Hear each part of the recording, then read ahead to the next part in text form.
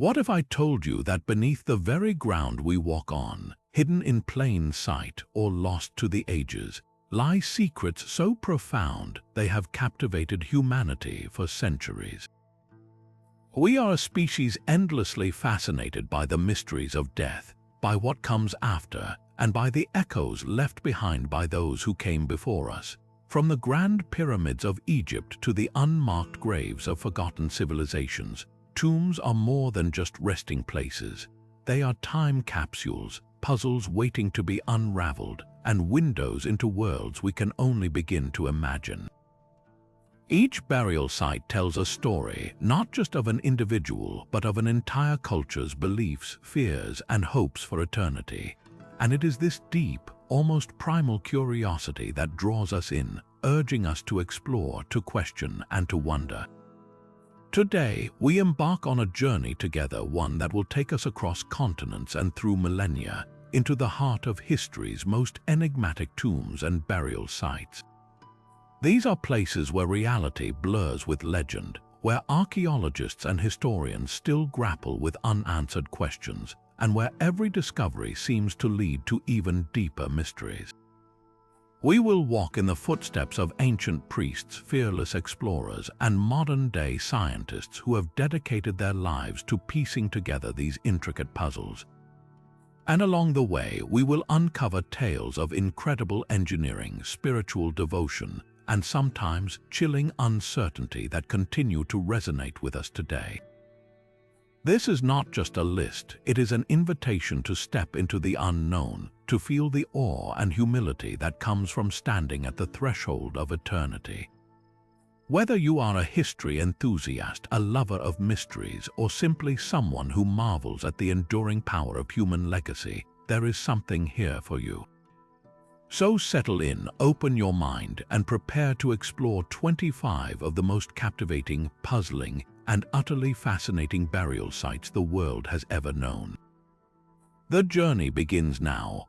Our first stop takes us to the sands of Egypt, to a structure so immense and so perfect that it has defied explanation for millennia.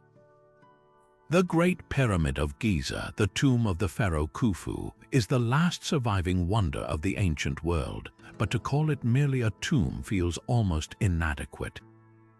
This is a monument built on a scale that still stuns the modern mind. Picture over 2 million stone blocks, each one weighing an average of 2.5 tons, stacked with such precision that you cannot slide a piece of paper between them.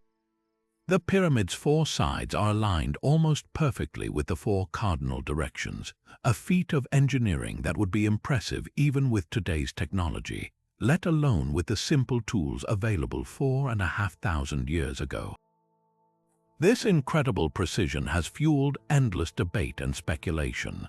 How did they do it? The mainstream theory suggests a massive workforce used ramps, sleds, and levers to move these colossal stones into place. But for many, that explanation falls short, failing to account for the mathematical and astronomical genius encoded within its design. The pyramid's location is no accident. It sits at the exact center of the Earth's landmass. The ratio of its perimeter to its height equals 2 times pi, a mathematical constant that wouldn't be precisely defined for thousands of years. Its descending passageways were once aligned directly with the pole star, providing a celestial highway for the pharaoh's soul. And then there are the mysteries that lie within. While we know it was built for Khufu, his sarcophagus was found empty, with no mummy or treasure ever discovered. This has led to a tantalizing modern question: are we missing something? In recent years, advanced muon radiography has revealed the existence of several large, unexplained voids deep within the pyramid's core. These are not small gaps, but significant hidden chambers that have been sealed off since its construction. What could be inside? Could they hold the answers to the pyramid's construction secrets, or perhaps even the missing burial goods of the pharaoh himself?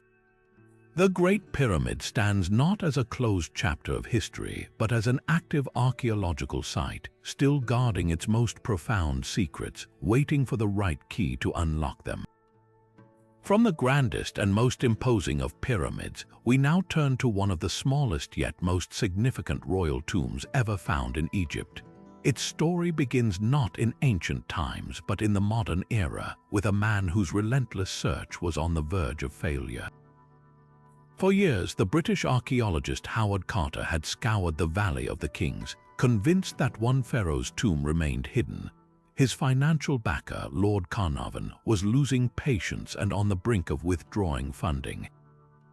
Then, in November 1922, Carter's team uncovered a single step cut into the limestone bedrock. What followed was the most electrifying discovery in the history of archaeology. As Carter made a small breach in the doorway, he held a candle to the hole. His patron, waiting anxiously behind him, asked, "Can you see anything?" Carter's now legendary reply was, "Yes, wonderful things." He was witnessing a scene untouched for over 3,000 years. Unlike nearly every other royal tomb, this one had escaped the attention of ancient grave robbers. The antechamber was packed to the ceiling with a breathtaking collection of artifacts: golden chariots, intricately carved statues, alabaster vases, and a magnificent golden throne. But the true wonder lay in the burial chamber itself, a series of gilded shrines, one nested inside the other like a set of Russian dolls protecting the stone sarcophagus. Inside that, the mummy of the boy King Tutankhamun lay adorned with the most iconic artifact of the ancient world, his solid gold funeral mask, an image of serene and eternal beauty. Yet, almost as soon as the tomb was opened, a shadow seemed to fall over the celebration.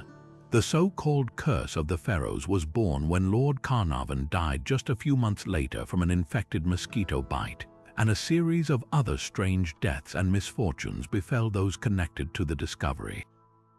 Newspapers of the time sensationalized the story, but the truth is far less supernatural. Modern analysis shows that the death rate among the excavation team was not unusually high. The curse was likely a combination of coincidence and the potent power of suggestion, amplified by a media frenzy hungry for a sensational story. The real and enduring mystery of Tutankhamun's tomb lies not in a curse but in the king himself. His body reveals a young man who was not in good health.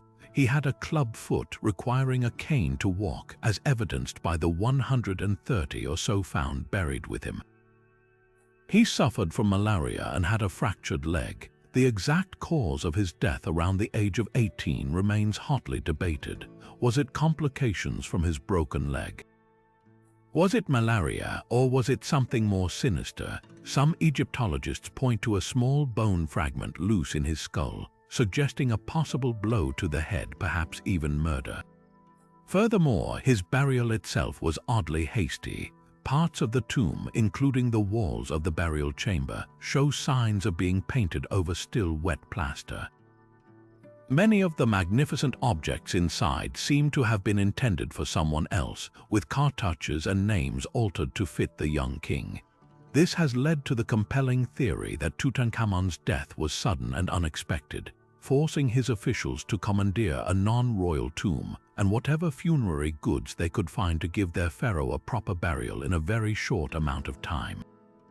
So while his treasures tell a story of immense wealth and power, his mummy whispers a much sadder and more mysterious tale of a fragile boy king whose sudden demise sent his court into a panic, leaving behind clues that we are still struggling to interpret thousands of years later.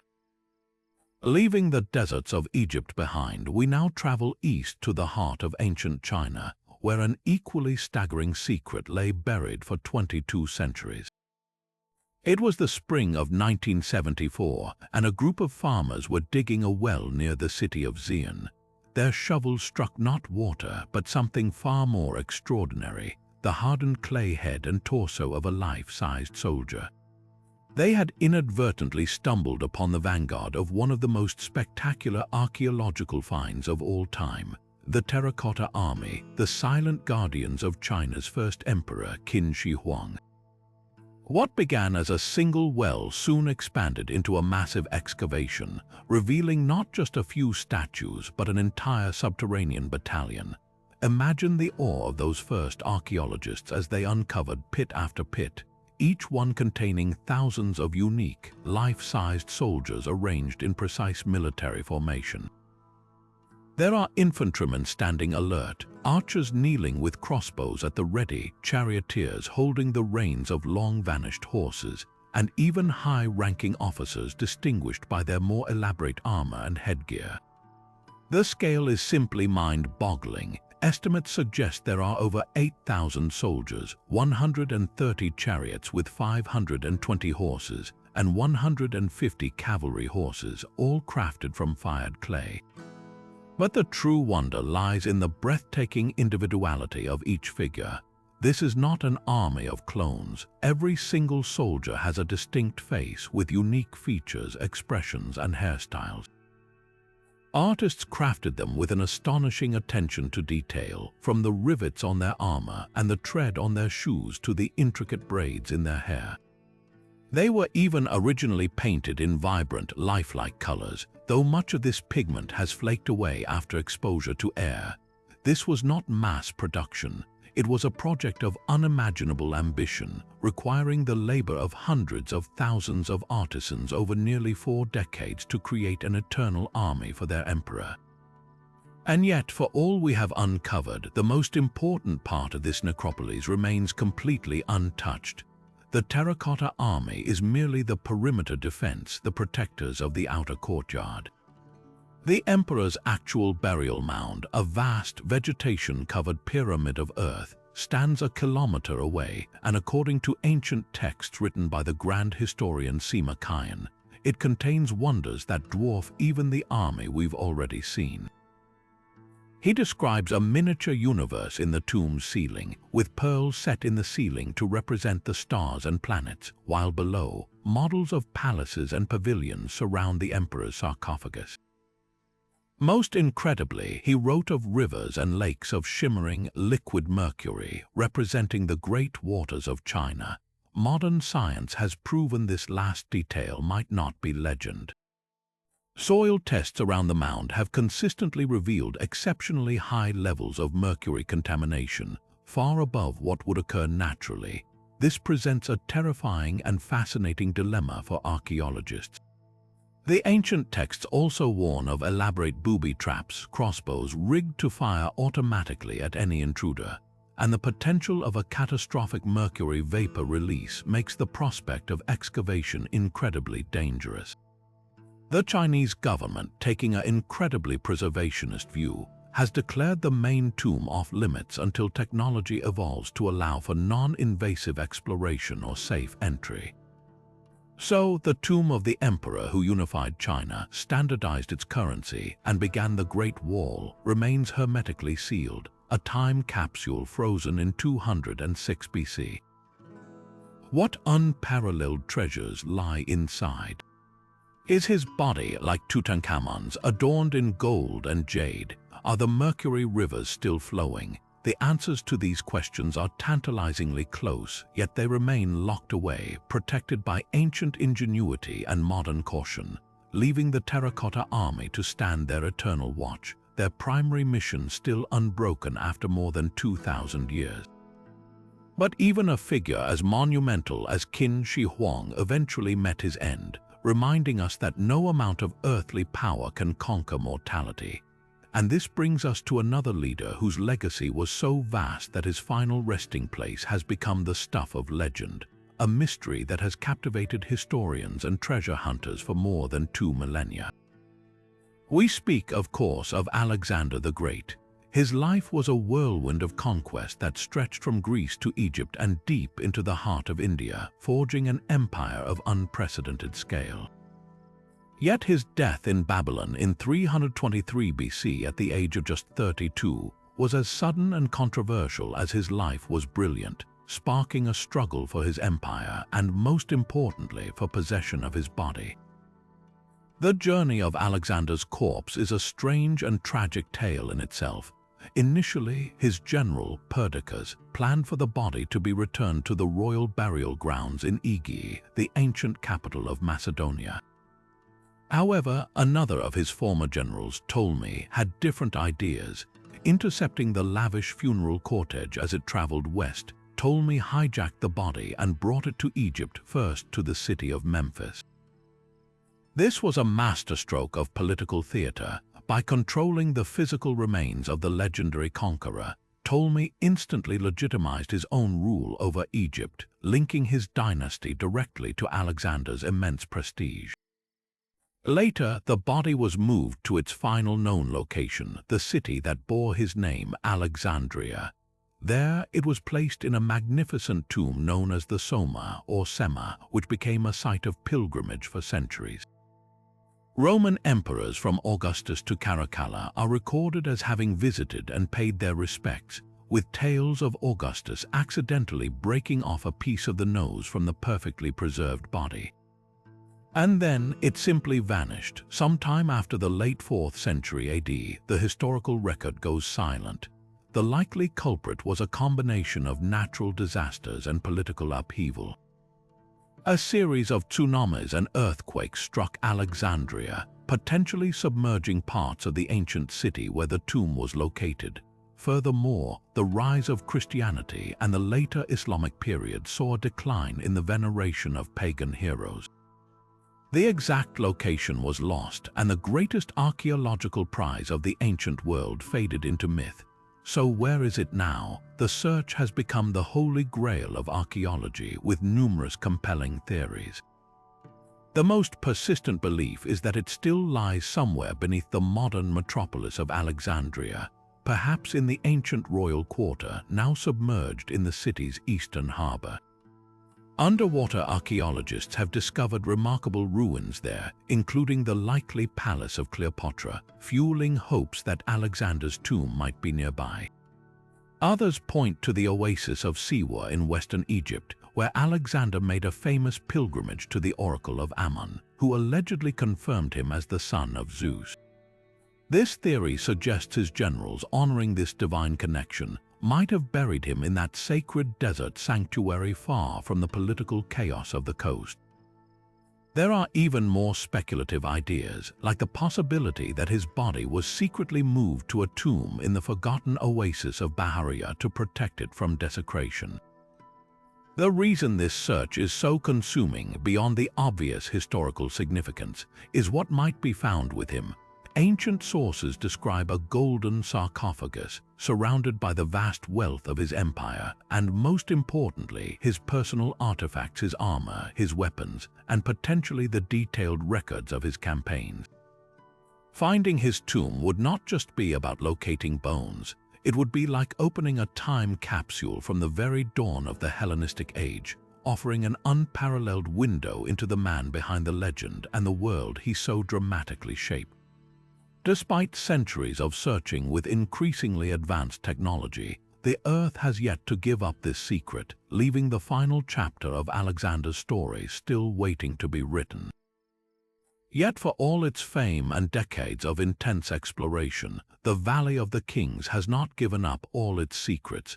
Many Egyptologists are convinced that more tombs remain hidden, waiting for their moment of discovery.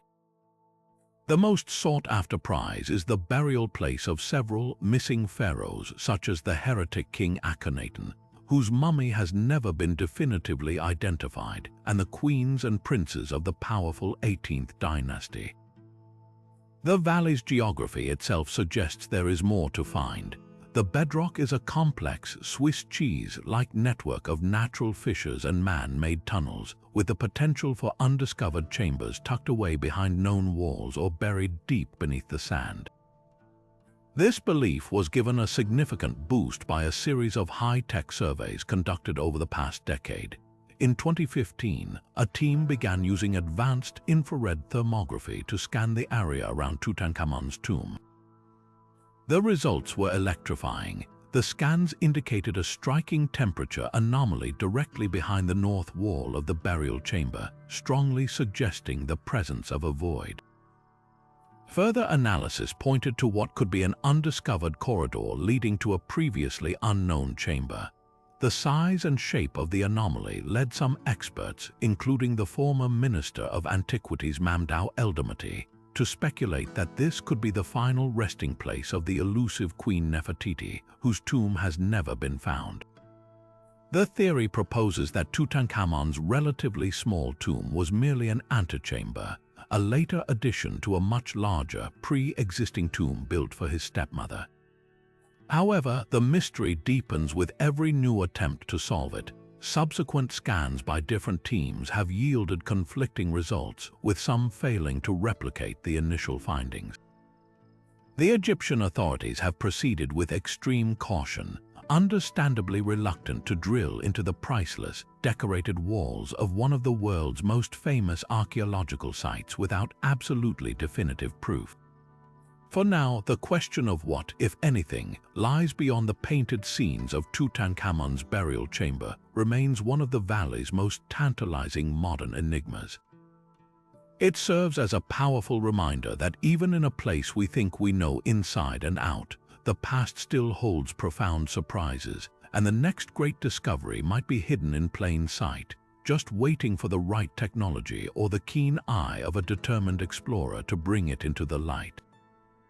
But leaving behind the sun-baked valleys of Egypt and the classical world, we venture now to a much older, wetter, and perhaps even more mysterious landscape, the rolling green hills of Ireland. Here, a millennia before the first stone was laid at Stonehenge and centuries before the Great Pyramid of Giza pierced the sky, a sophisticated society of Neolithic farmers undertook a project of staggering ambition. They built great monumental tombs not for gold or worldly treasure, but to capture something far more ephemeral and magical, a single beam of sunlight on the shortest day of the year. The most famous of these is the Great Mound of Newgrange. Approaching Newgrange is a humbling experience. This is not a rough pile of stones. It is a meticulously engineered structure, a massive circular mound covering over an acre of land and edged with 97 large curbstones, many of which are intricately decorated. A retaining wall of sparkling white quartz stones and granite cobbles, reconstructed based on archaeological evidence, shimmers in the landscape, giving it an almost otherworldly appearance.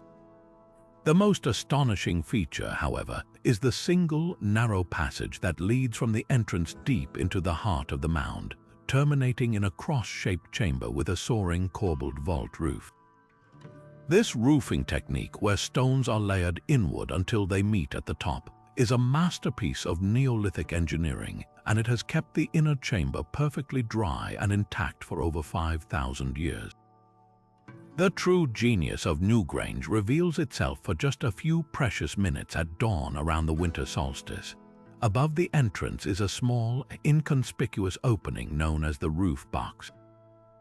As the sun crests the horizon on those cold December mornings, a narrow, precise beam of light penetrates this opening and travels down the long passageway, gradually illuminating the dark inner chamber until it dramatically strikes the central recess and the intricate triple spiral carvings on the back wall. This event lasts for approximately 17 minutes before the chamber returns to darkness. To achieve this precise astronomical alignment required an incredible depth of knowledge, not just of the sun's cycles, but of advanced geometry and structural engineering. This was not a tomb, it was a temple, a clock, and a profound statement of belief, all built by a people we know almost nothing about. Just a short distance away lies its sister site, Knowth, which is in many ways even more complex.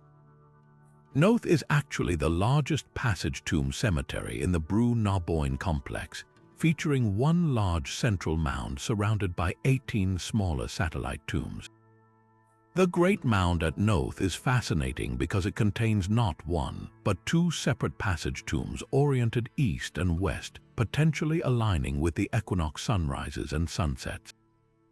While the passages are shorter and the chambers are not illuminated by the same dramatic light show as Newgrange, Knowth possesses its own unique claim to fame. It is a veritable library of Neolithic art. The stones at Knowth are a canvas of mystery. They are covered in the largest collection of megalithic art in all of Europe. The artists pecked and carved a mesmerizing array of spirals, lozenges, zigzags, and concentric circles into the rock. These are not random scribbles, they are deliberate, complex, and incredibly sophisticated patterns.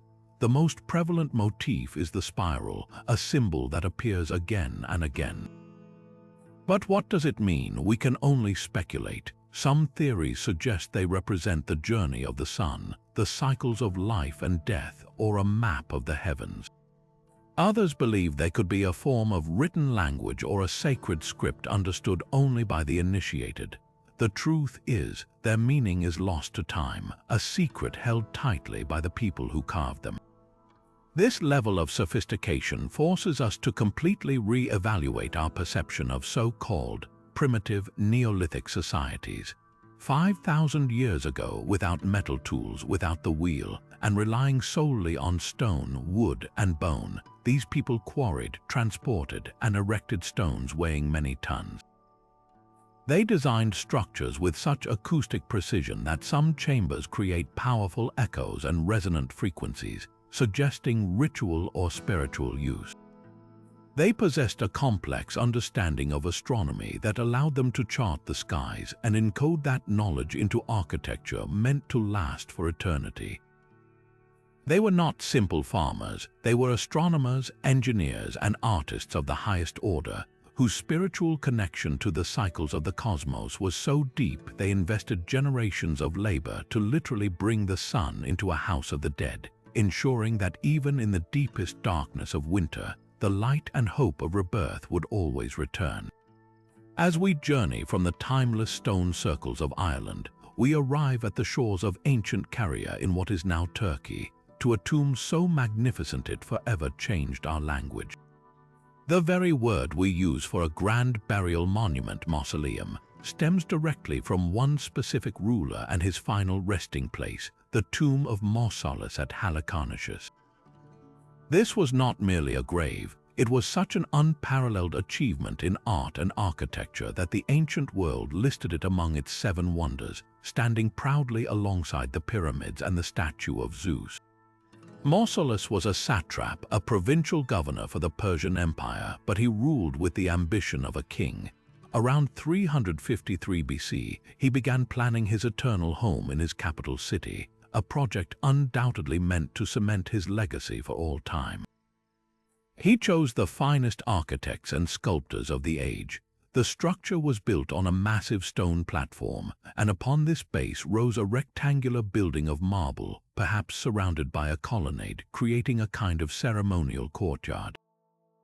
Above this stood a pyramid-shaped roof, and crowning the entire breathtaking edifice was a monumental statue of Mausolus and his wife Artemisia riding in a chariot, pulling the entire composition together in a triumphant climax. It was a fusion of Greek, Egyptian, and Near Eastern architectural styles, a true cosmopolitan marvel. The true wonder, however, lay in its sculptural decoration. The greatest Greek sculptors of the 4th century BC were commissioned to decorate each side of the monument.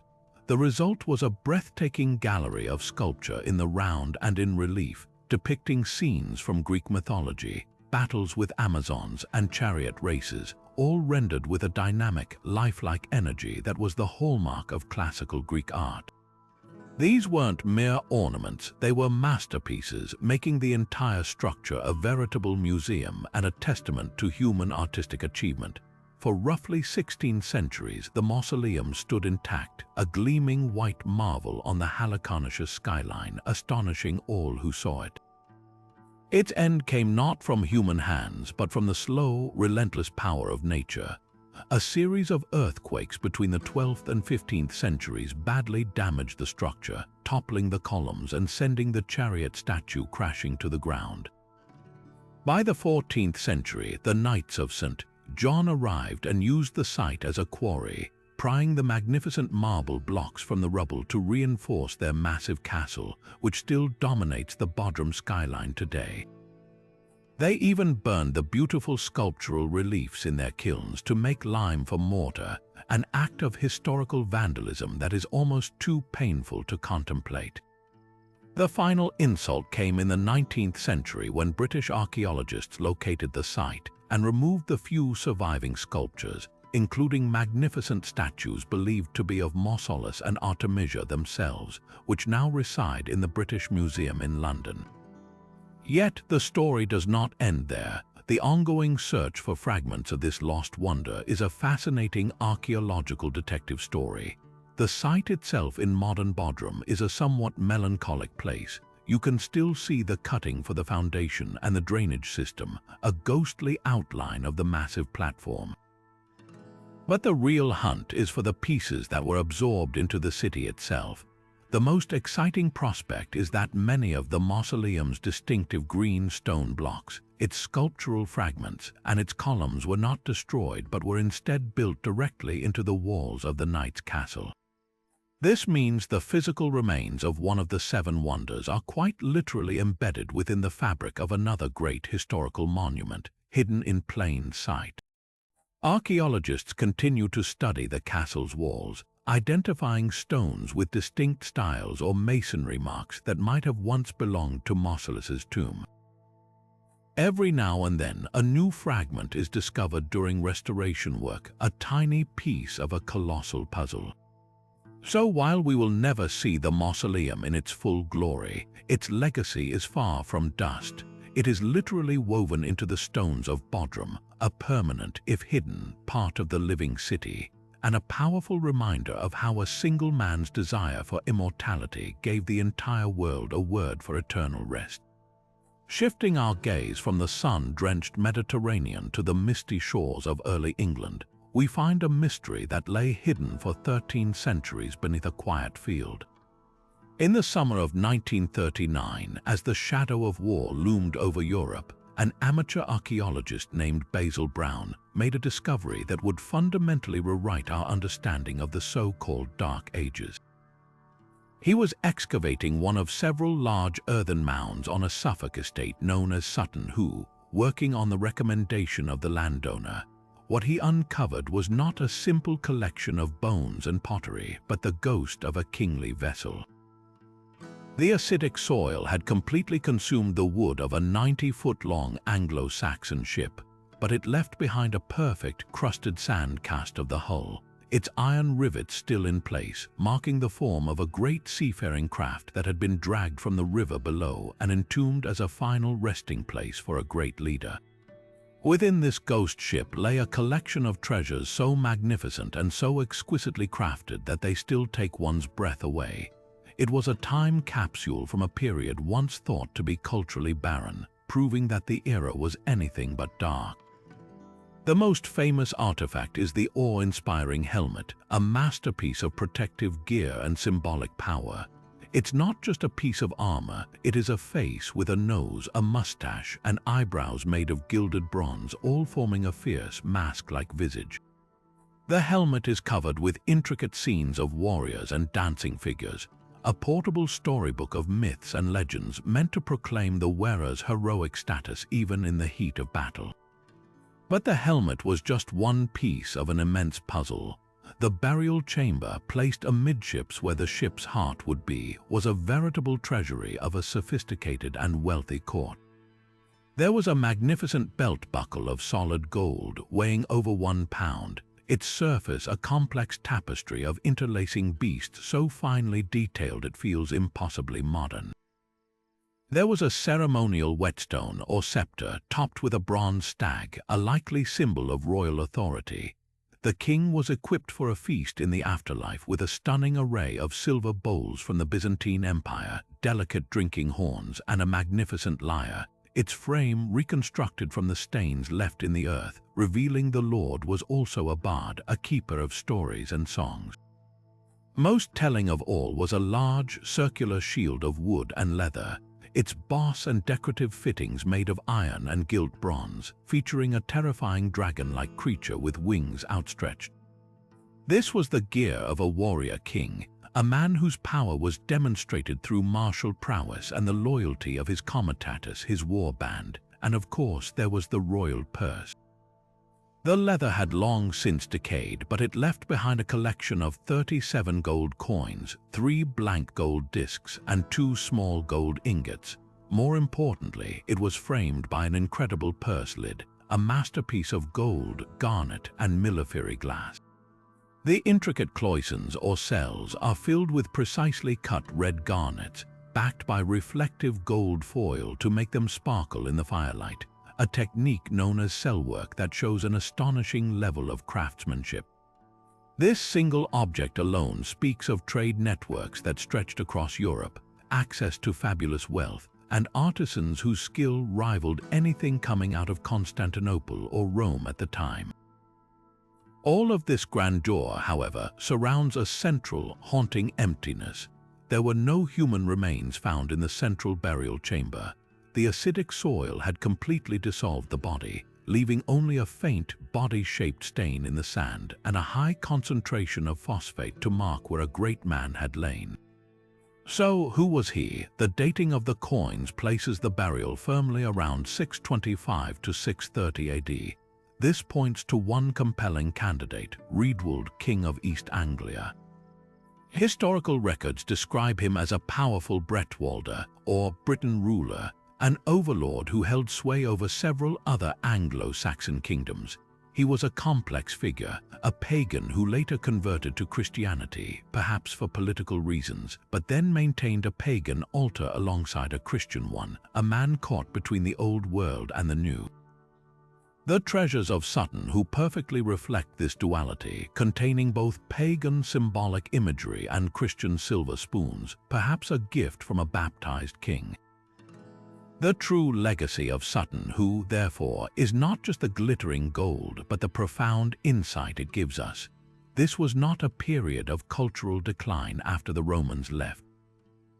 It was a vibrant, connected, and highly sophisticated society with its own complex art, mythology, and political structures. The burial ritual itself, the ship dragged from the river and placed in the earth, is a powerful echo of the epic poem Beowulf, which ends with the hero's body being burned on a funeral ship. For years, scholars thought Beowulf was pure legend. Sutton Hoo proved it was based on a magnificent reality. The king buried there, likely Riedwald, was not a primitive tribal chief. He was a statesman, a warrior, a patron of incredible art, and a node in a vast international network of trade and diplomacy.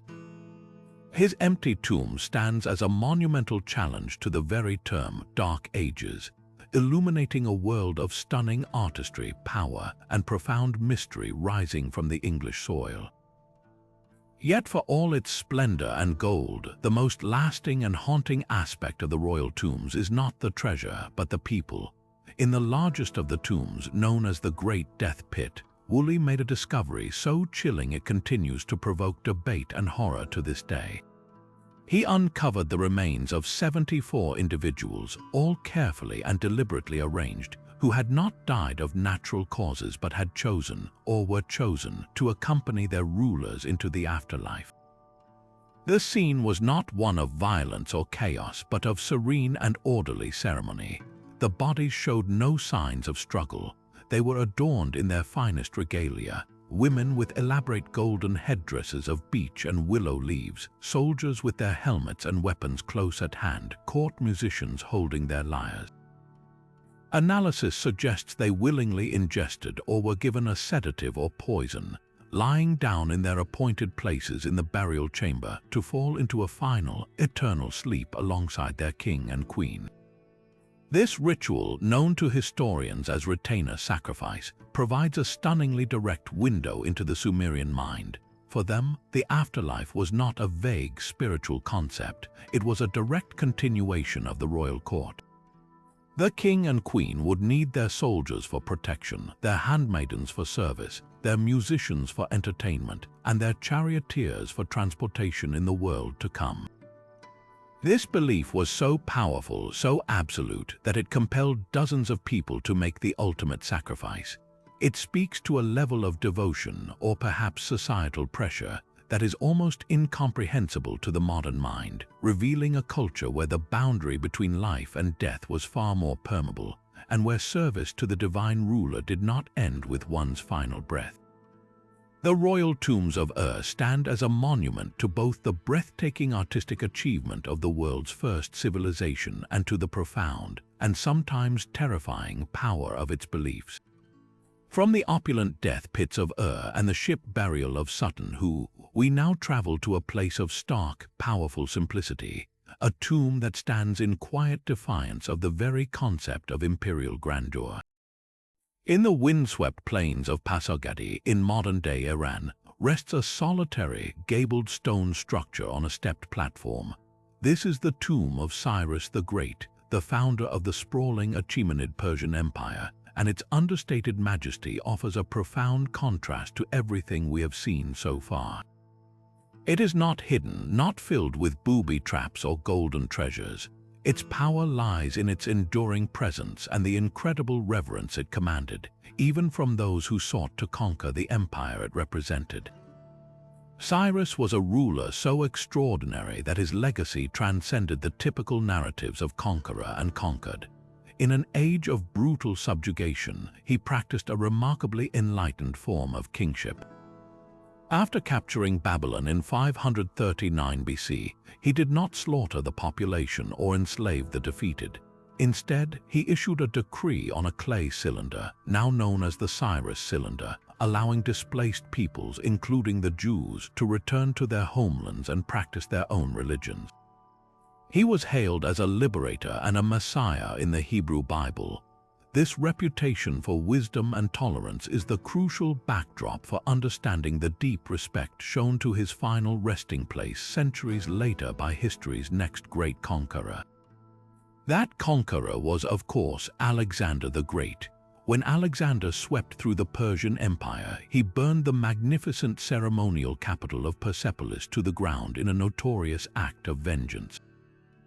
Yet, when he arrived at Pasargadae and saw the tomb of Cyrus, his reaction was completely different. The Greek historian Arrian records that Alexander was horrified to find the tomb had been desecrated and looted by his own soldiers. He immediately ordered a full restoration. The Greek general had a profound admiration for Cyrus, seeing him as the model of a philosophical king and a worthy predecessor. He had the tomb purified, the stolen items returned, and the structure repaired, posting guards to ensure its protection. This act tells us something incredible. Even in the midst of a brutal military campaign, the moral authority of a great leader who had died 2 centuries prior was enough to stay the hand of the most powerful man in the world. The tomb was not just a building, it was a symbol of a legacy so potent it demanded respect from its destroyers. This legacy of protection, however sporadic, is a key reason the tomb still stands today. It survived the ravages of time not through hidden location, but through a fragile, often broken, but persistent thread of respect. Subsequent invaders, from the Macedonians to the Arabs to the Mongols, could have easily demolished the small, isolated structure. Yet many did not. Islamic rulers, for instance, came to know the site as the tomb of Solomon's mother, integrating it into their own cultural narrative and thus granting it a form of protection. It became a place of pilgrimage and legend, its original identity sometimes forgotten but its sacredness intuitively understood by each new wave of inhabitants. Its simple, robust construction also played a part. There was little to loot and even less to gain from destroying it, allowing it to persist as a quiet sentinel of history while more ostentatious palaces crumbled around it. But this long history of survival circles back to a central, unresolved mystery. Did it ever actually contain the body of Cyrus? The classical accounts from writers like Arrian and Strabo state unequivocally that it did. They describe a golden sarcophagus, Cyrus's weapons, and a rich collection of treasures inside. However, when the Arab commander Caliph al-Ma'mun ordered the tomb breached in the 7th century AD, fearing it held hidden gold, he is said to have found very little. The official story was that he discovered only a decayed shield, a simple bow, and a sarcophagus holding a single, crumbling human skeleton. There was no inscription, no definitive proof. This has led to centuries of speculation. Was the body moved secretly long before to protect it from exactly this kind of violation? Were the classical accounts exaggerated, a form of poetic license to honor the king? Or did Al-Mamun's men simply miss the real crypt if one ever existed? The utter simplicity of the interior stands in stark contrast to the elaborate descriptions, leaving us with a haunting possibility. The most powerful symbol of the Persian Empire, a site revered and protected for millennia, might ultimately be a cenotaph, an empty tomb honoring a man whose physical remains were lost to time, leaving behind only the immutable power of his idea. This deliberate erasure speaks to a final command from a man who understood the nature of power and legacy better than anyone. To prevent his tomb from becoming a site of pilgrimage, rebellion, or desecration by his countless enemies, Genghis Khan's burial procession followed a protocol of utter secrecy. The legend, passed down through travelers like Marco Polo, states that the 2,000 soldiers who accompanied the body to its secret location were then systematically killed by a second, loyal contingent of warriors to ensure no one could ever reveal the route. Those warriors were, in turn, allegedly killed themselves to protect the secret with their final breaths. While historians debate the literal truth of this grim tale, it powerfully illustrates the absolute and terrifying lengths to which the Mongol Empire went to make their leader vanish into the landscape he once ruled. They didn't just bury a man, they buried our idea, ensuring his physical remains would never be used as a political symbol or a rallying point, leaving only his immense, invisible legacy to hover over Asia. This has not, of course, stopped the search. For centuries, explorers, archaeologists, and treasure hunters have been drawn to the mystery, viewing the discovery of Genghis Khan's tomb as the ultimate historical prize. Expeditions have ranged from the scientifically rigorous to the outright fantastical. In the early 20th century, American adventurer Roy Chapman Andrews, the real-life inspiration for Indiana Jones, led a large-scale expedition into the Mongolian wilderness, though he primarily discovered dinosaur fossils. More recently, a massive multi-million-dollar project led by a Japanese-Mongolian team employed advanced satellite imagery and ground-penetrating radar, only to be abruptly shut down by the Mongolian government. The reason for the shutdown gets to the very heart of why this search is so different from any other. For many Mongolians, particularly the indigenous and nomadic communities, this is not an archaeological puzzle to be solved, it is a sacred site to be protected. The prevailing belief, a powerful cultural and spiritual taboo, holds that disturbing the peace of the Great Khan would unleash a terrible curse, bringing catastrophe not just upon those who open the tomb, but upon the entire nation. It is seen as the ultimate act of disrespect to awaken the father of their nation from his chosen, hidden slumber. The potential consequences are believed to be so severe that they have effectively placed the entire region of his suspected burial, a vast area known as the Ikkorig, or Great Taboo, off limits for centuries. This was a forbidden zone patrolled by a special warrior tribe, and even today the area is treated with deep reverence and caution. This cultural barrier is arguably a far more effective protection than any booby trap or hidden location. It means that the greatest obstacle facing modern searchers is not a lack of technology or clues, but a profound ethical and spiritual dilemma. The scientific desire for knowledge is directly pitted against the deeply held beliefs of a people for whom Genghis Khan is not a historical figure, but a foundational, almost divine ancestor. The fear is not of a supernatural curse in the Hollywood sense, but of a cultural and spiritual disruption, a breaking of a covenant with history that has maintained balance for 800 years. So where might it be? The most compelling theory, supported by ancient texts like the Secret History of the Mongols, points to the sacred mountain of Burkhan Koldun in the Khentai province. This place was deeply personal to Genghis Khan. It was where he prayed for survival as a young man on the run from his enemies, and he reportedly decreed it should be his final resting place. The entire region is a sprawling, rugged wilderness of dense forests and rolling mountains, a landscape that could easily swallow a tomb without a trace. Some researchers speculate that the Mongols may have even employed an ingenious natural method of concealment.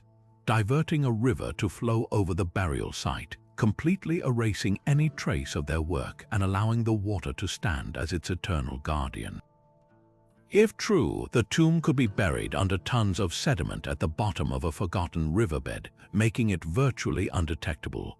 This possibility means the greatest tomb of the Mongol Empire might not be hidden on a mountaintop, but deep beneath the very earth, guarded by water and time, a secret the land itself has been sworn to keep.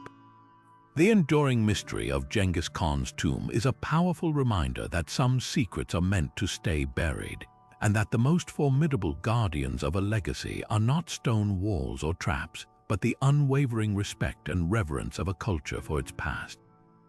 Leaving behind the windswept plains of Persia and the forbidden mountains of Mongolia, we now journey to the sun-baked hills of the Greek Peloponnese, to the very cradle of Homeric legend.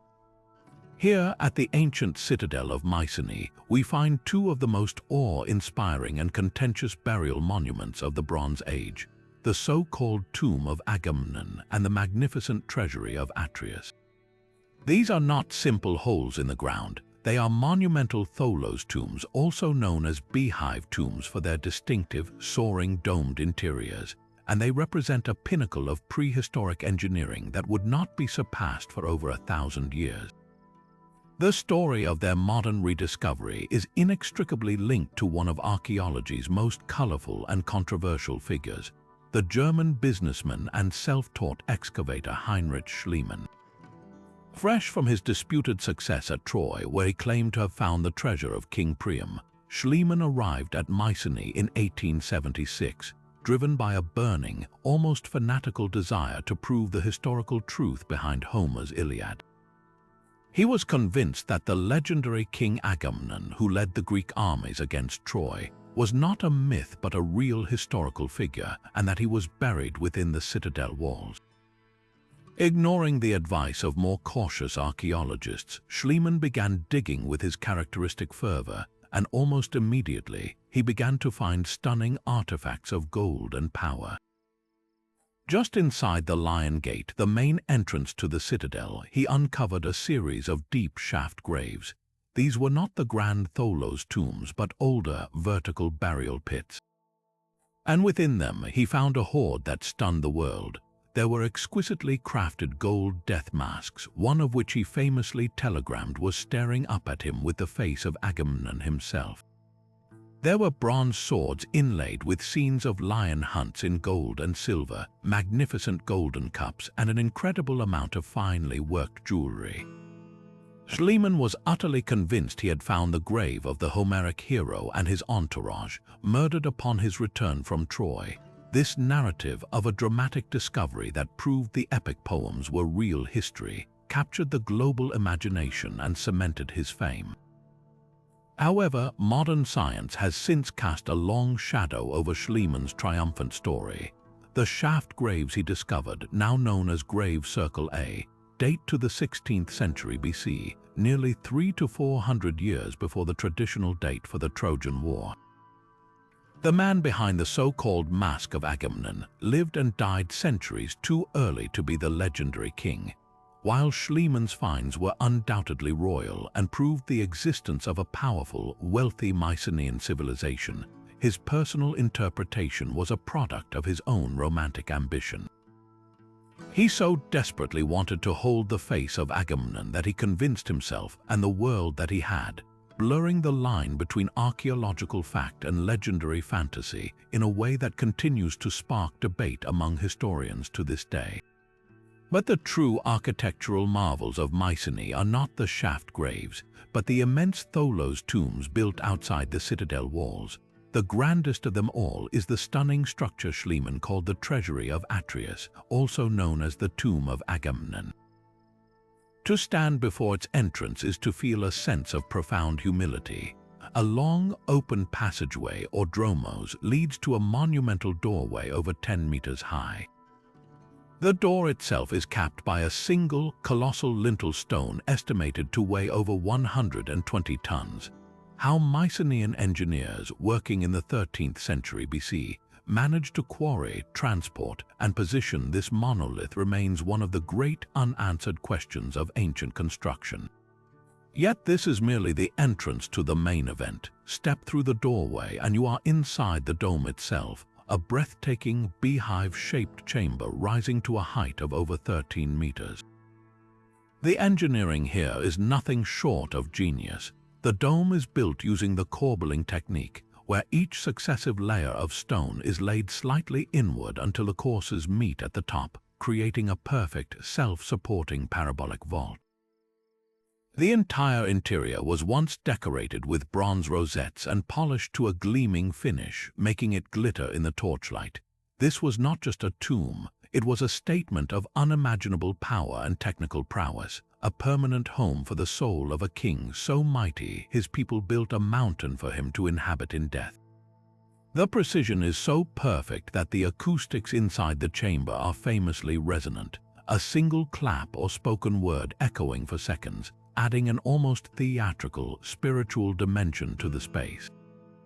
And this brings us back to the central, lingering mystery that Schliemann's zeal could not solve, who was actually buried here. The names Treasury of Atreus and Tomb of Agamemnon are modern inventions, labels given by later Greeks and embraced by Schliemann, who connected them to the house of Atreus from the tragic cycles of Greek myth.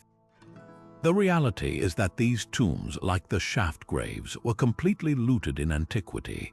Not a single artifact or body was found inside the treasury of Atreus by the time modern archaeologists arrived. We have the magnificent container, but its contents are lost forever. The identities of the kings who commanded the resources to build these astounding structures are anonymous, their names forgotten by history even as their incredible architectural legacy endures. They were likely powerful wanaks or kings of Mycenae during its golden age, rulers of a palace-based economy that traded with Egypt and the Near East. But whether they were the specific dynastic figures of Homer's epics is a question archaeology may never be able to answer. The enduring power of these sites, therefore, lies in this tension between undeniable physical reality and elusive historical identity.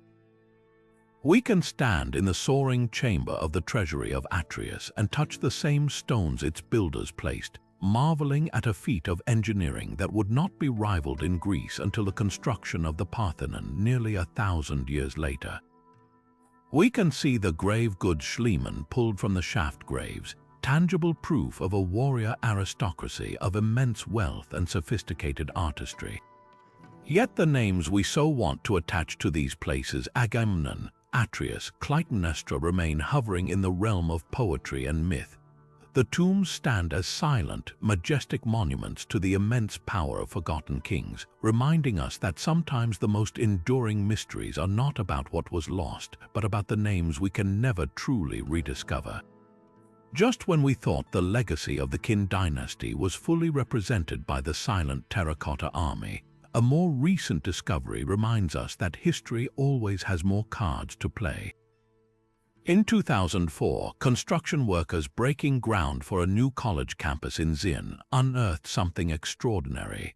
What they initially took for an ancient kiln turned out to be the entrance to a tomb of staggering opulence, one that would eventually be linked to one of the most powerful women in Chinese history, the grandmother of the first emperor, Qin Shi Huang himself. The scale of the tomb was immense, but it was the contents that left archaeologists speechless. This was not a simple burial chamber. It was a meticulously crafted underground universe, a mirror of the luxurious court life its occupant enjoyed. Among the most captivating finds were a collection of life-sized bronze waterbirds, including swans, cranes, and geese, each one crafted with an astonishing level of anatomical detail. But these were not static statues, they were caught in mid-motion. Some are depicted with their heads gracefully bowed, seemingly drinking from the stream of mercury that once flowed through the tomb, replicating the rivers of the empire. Others have their necks outstretched as if calling out, or are poised with one foot raised, forever frozen in the act of taking a step. This wasn't just art, it was an attempt to capture a single, peaceful moment for eternity, a private zoological garden for the afterlife. The extravagance did not stop there. The tomb also contained the remains of a full-sized, luxurious chariot, complete with the skeletons of its horses, ready to transport its owner in style. But perhaps the most chilling and revealing discovery was an entire pit dedicated to exotic animals. This was not a collection of familiar livestock. This was a menagerie of the strange and the rare. The skeletons of a leopard, a lynx, and a black bear were found alongside a crane and monkeys, animals that would have been incredibly difficult to acquire and transport to the Qin capital. This was a display of power so absolute that it extended to commanding the very creatures of the empire, a statement that the occupant's reach in death was as long as it had been in life. So who was this woman who commanded such profound respect and wealth? While her name has been lost to time, historians are confident she was Lady Xia, the formidable grandmother of the first emperor. Her story is a dramatic and turbulent one, ripped straight from a courtly political thriller. She was not a passive figurehead, she was a central player in the brutal power struggles of the Qin court. Her son, King Xuanxiang, died young, leaving her grandson, the future first emperor, to inherit the throne as a child. This created a power vacuum, and Lady Xia found herself at the center of a scandal that nearly toppled the dynasty. She took a lover, the influential minister Lao Ai, and allegedly conspired with him to supplant her own grandson and place their illegitimate children on the throne. When the plot was discovered by the young king, now coming into his power, the consequences were swift and merciless. Lao Ai was executed by being torn apart by 5 horses. Their 2 sons were killed, and Lady Xia herself was exiled from the court. This history makes the tomb's existence all the more remarkable. Here was a woman who had committed the ultimate act of treachery against the very ruler who built her final resting place. Yet, instead of being erased from history, she was given a burial of unimaginable splendor. This apparent contradiction reveals a crucial aspect of Qin society and the emperor's own mindset, the unbreakable primacy of blood and filial duty. Despite her betrayal, she was still his grandmother, a direct link to his royal lineage. To dishonor her completely would be to dishonor his own family line and, by extension, himself. By entombing her with such magnificence, Qin Shi Huang was not necessarily forgiving her. He was performing his Confucian duty as a grandson, upholding the social order and demonstrating that even in cases of grave personal betrayal, the obligations of family and the display of imperial power were paramount.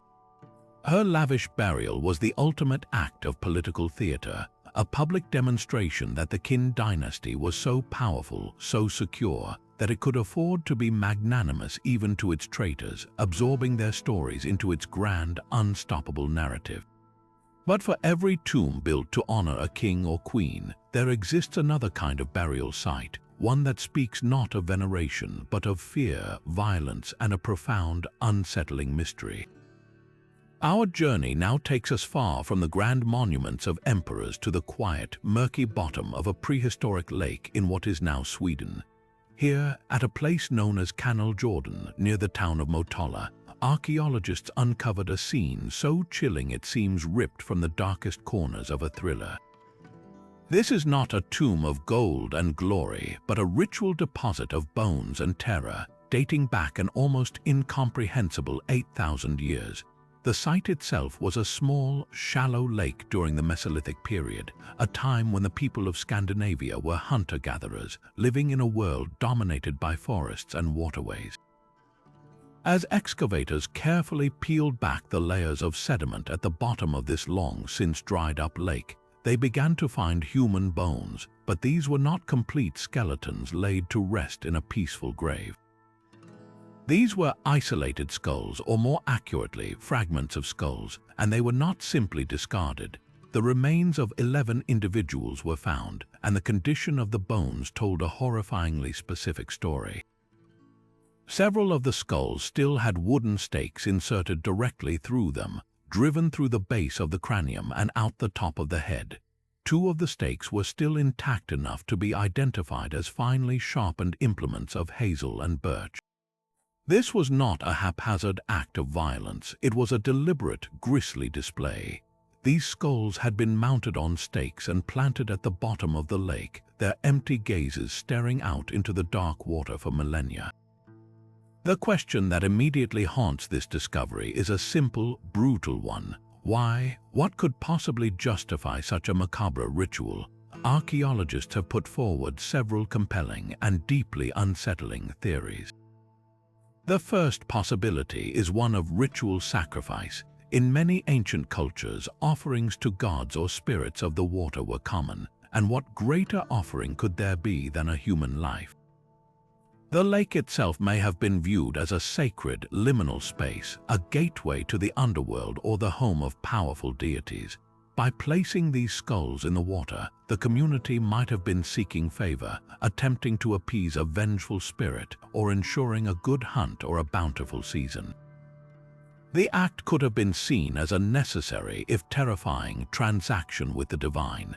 Another theory points to the treatment of enemies. In many parts of the world, the post-mortem treatment of a rival's body was a way to assert dominance and inflict a final, spiritual humiliation.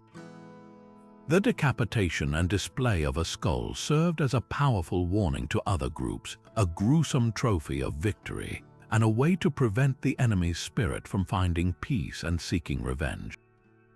The water, in this context, would act as a prison, trapping the malevolent spirits of the defeated far away from the land of the living.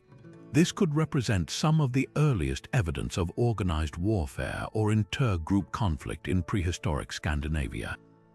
A third, and perhaps most intimate, possibility is a form of prehistoric criminal justice. Perhaps these individuals were seen as dangerous even in death: criminals, traitors, or individuals who had broken powerful taboos. The treatment of their remains could have been a ritualized form of punishment, designed not just to kill them, but to permanently neutralize their spiritual threat to the community. Impaling the skull and submerging it in water might have been the only way they believed they could contain a corrupted or evil soul, ensuring it could not return to haunt the living. Each theory paints a picture of a society grappling with concepts of justice, power, and the supernatural in ways that are both alien and uncomfortably familiar to us. The true breakthrough in unraveling this mystery, however, came not from the bones themselves, but from the genetic secrets they held. DNA analysis conducted on the remains yielded revelations that were as surprising as the initial discovery. The victims were not a homogeneous group. They represented both men and women, and they were not all from the same genetic stock. While most were from a local hunter-gatherer population, one of the women had genetic ancestry pointing further east from the area of modern-day Russia. This tells us that the conflict or the ritual was not necessarily a simple internal affair. It involved outsiders, suggesting interactions and likely tensions between different groups across a wide geographical area. Even more telling was the analysis of the injuries found on the skulls. Many showed signs of healed blunt force trauma, indicating these individuals had experienced violence and recovered from it long before their deaths. This suggests they may have been warriors or individuals accustomed to conflict, perhaps raising the likelihood of the enemy trophy theory. However, one of the women had a different story to tell. Her skull showed no signs of old injuries, but she did have a genetic condition known as haplotype U, which is associated with a higher likelihood of developing diseases. Could she have been singled out and sacrificed because she was seen as different or unwell? The evidence is frustratingly incomplete, offering clues that point in multiple directions but refuse to coalesce into a single, neat answer. The Tomb of the Sunken Skulls, as it has come to be known, forces us to confront a side of prehistory that is often glossed over in favor of stories of tool-making and survival. This was a world where belief systems were powerful, complex, and potentially brutal. The people of Canal Jordan were not primitive brutes. They were capable of creating finely crafted tools, of understanding their environment, and of developing sophisticated spiritual practices. But those practices could encompass a darkness we can scarcely imagine.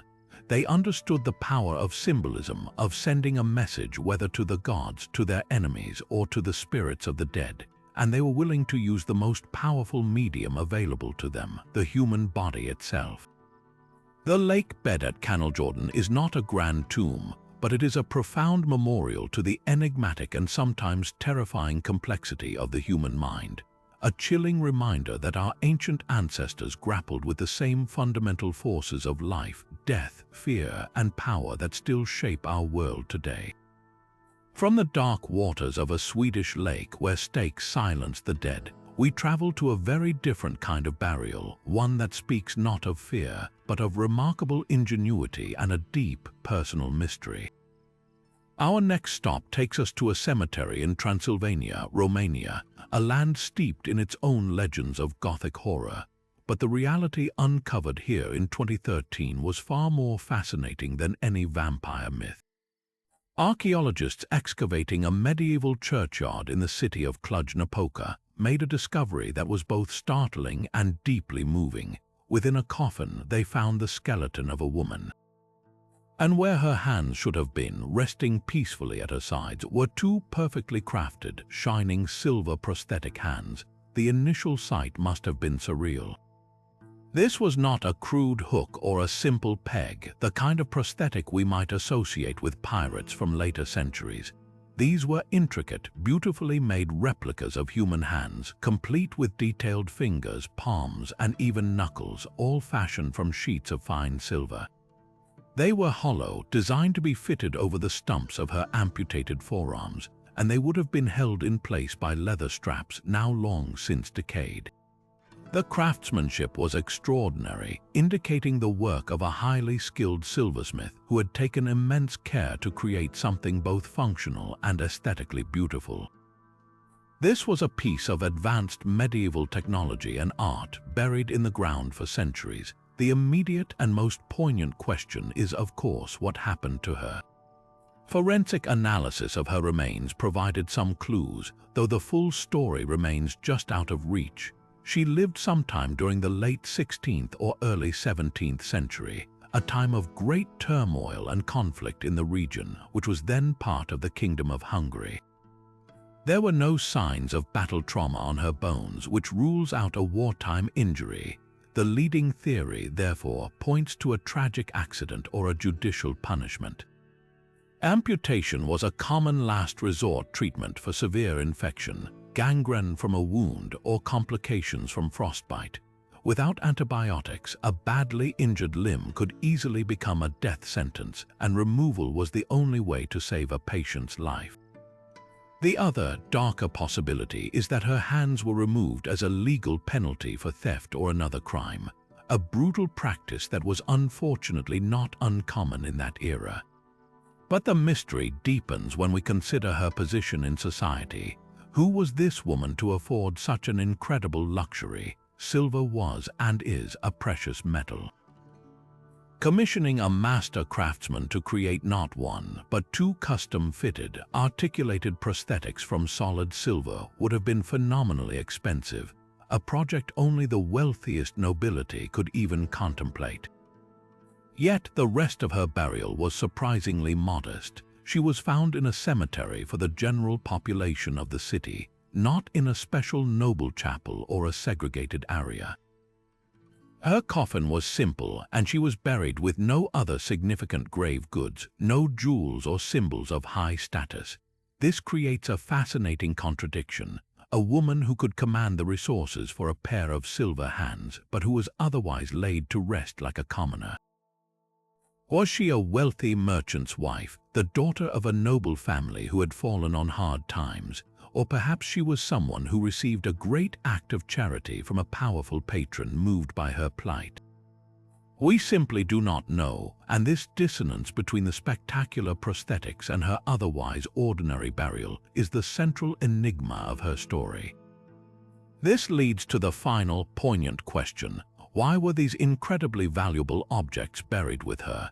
In an age where valuable items like jewelry, weapons, and even clothing were routinely passed down through generations as heirlooms, the decision to consign these silver hands to the earth is deeply significant. It tells us that these were not seen as mere objects or disposable tools. They were an inseparable part of her identity. For years, perhaps decades, these silver hands were how she navigated the world, how she presented herself to her community. They would have been a constant, visible reminder of her trauma, but also a testament to her resilience and her family's or patrons' love and wealth. To remove them after her death would have been seen as a profound disrespect, a final act of dismemberment. By burying them with her, her community was ensuring she entered the afterlife whole and complete as she had lived her later years. They were honoring the person she became, the woman with the silver hands, granting her dignity and wholeness in death just as the prosthetics had provided it for her in life. She remains a silent testament to the skill of medieval artisans and the complex, deeply human stories of loss, adaptation, and identity that lie waiting in the most unexpected corners of the earth. Yet another testament to the power of bloodline and the belief in an opulent afterlife comes not from the old world, but from the arid coastal valleys of northern Peru. Here, a civilization flourished for centuries, building vast pyramids of mud brick and creating some of the most stunning metalwork the ancient world has ever produced. This was the Moche culture, and for a long time their greatest rulers were known only through the intricate scenes of power, ritual, and mythology painted on their pottery. Their actual tombs and the kings themselves remained elusive, lost to time and looters who had plundered the region for generations. That all changed in 1987 when Peruvian archaeologist Walter Alva was called to a small village called Sutton.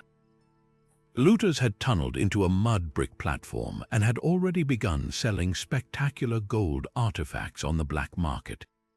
Alva immediately recognized the immense cultural significance and launched a rescue excavation, not knowing he was about to uncover the most intact and lavish pre-Columbian burial ever found in the Americas, a discovery that would instantly be hailed as the New World's equivalent of Tutankhamun's tomb. What they found as they carefully brushed away the centuries of sand and dirt was a burial chamber that told a complete and dramatic story. The occupant was a man in his late 30s or early 40s, and he was buried with a regalia so elaborate it left no doubt as to his status.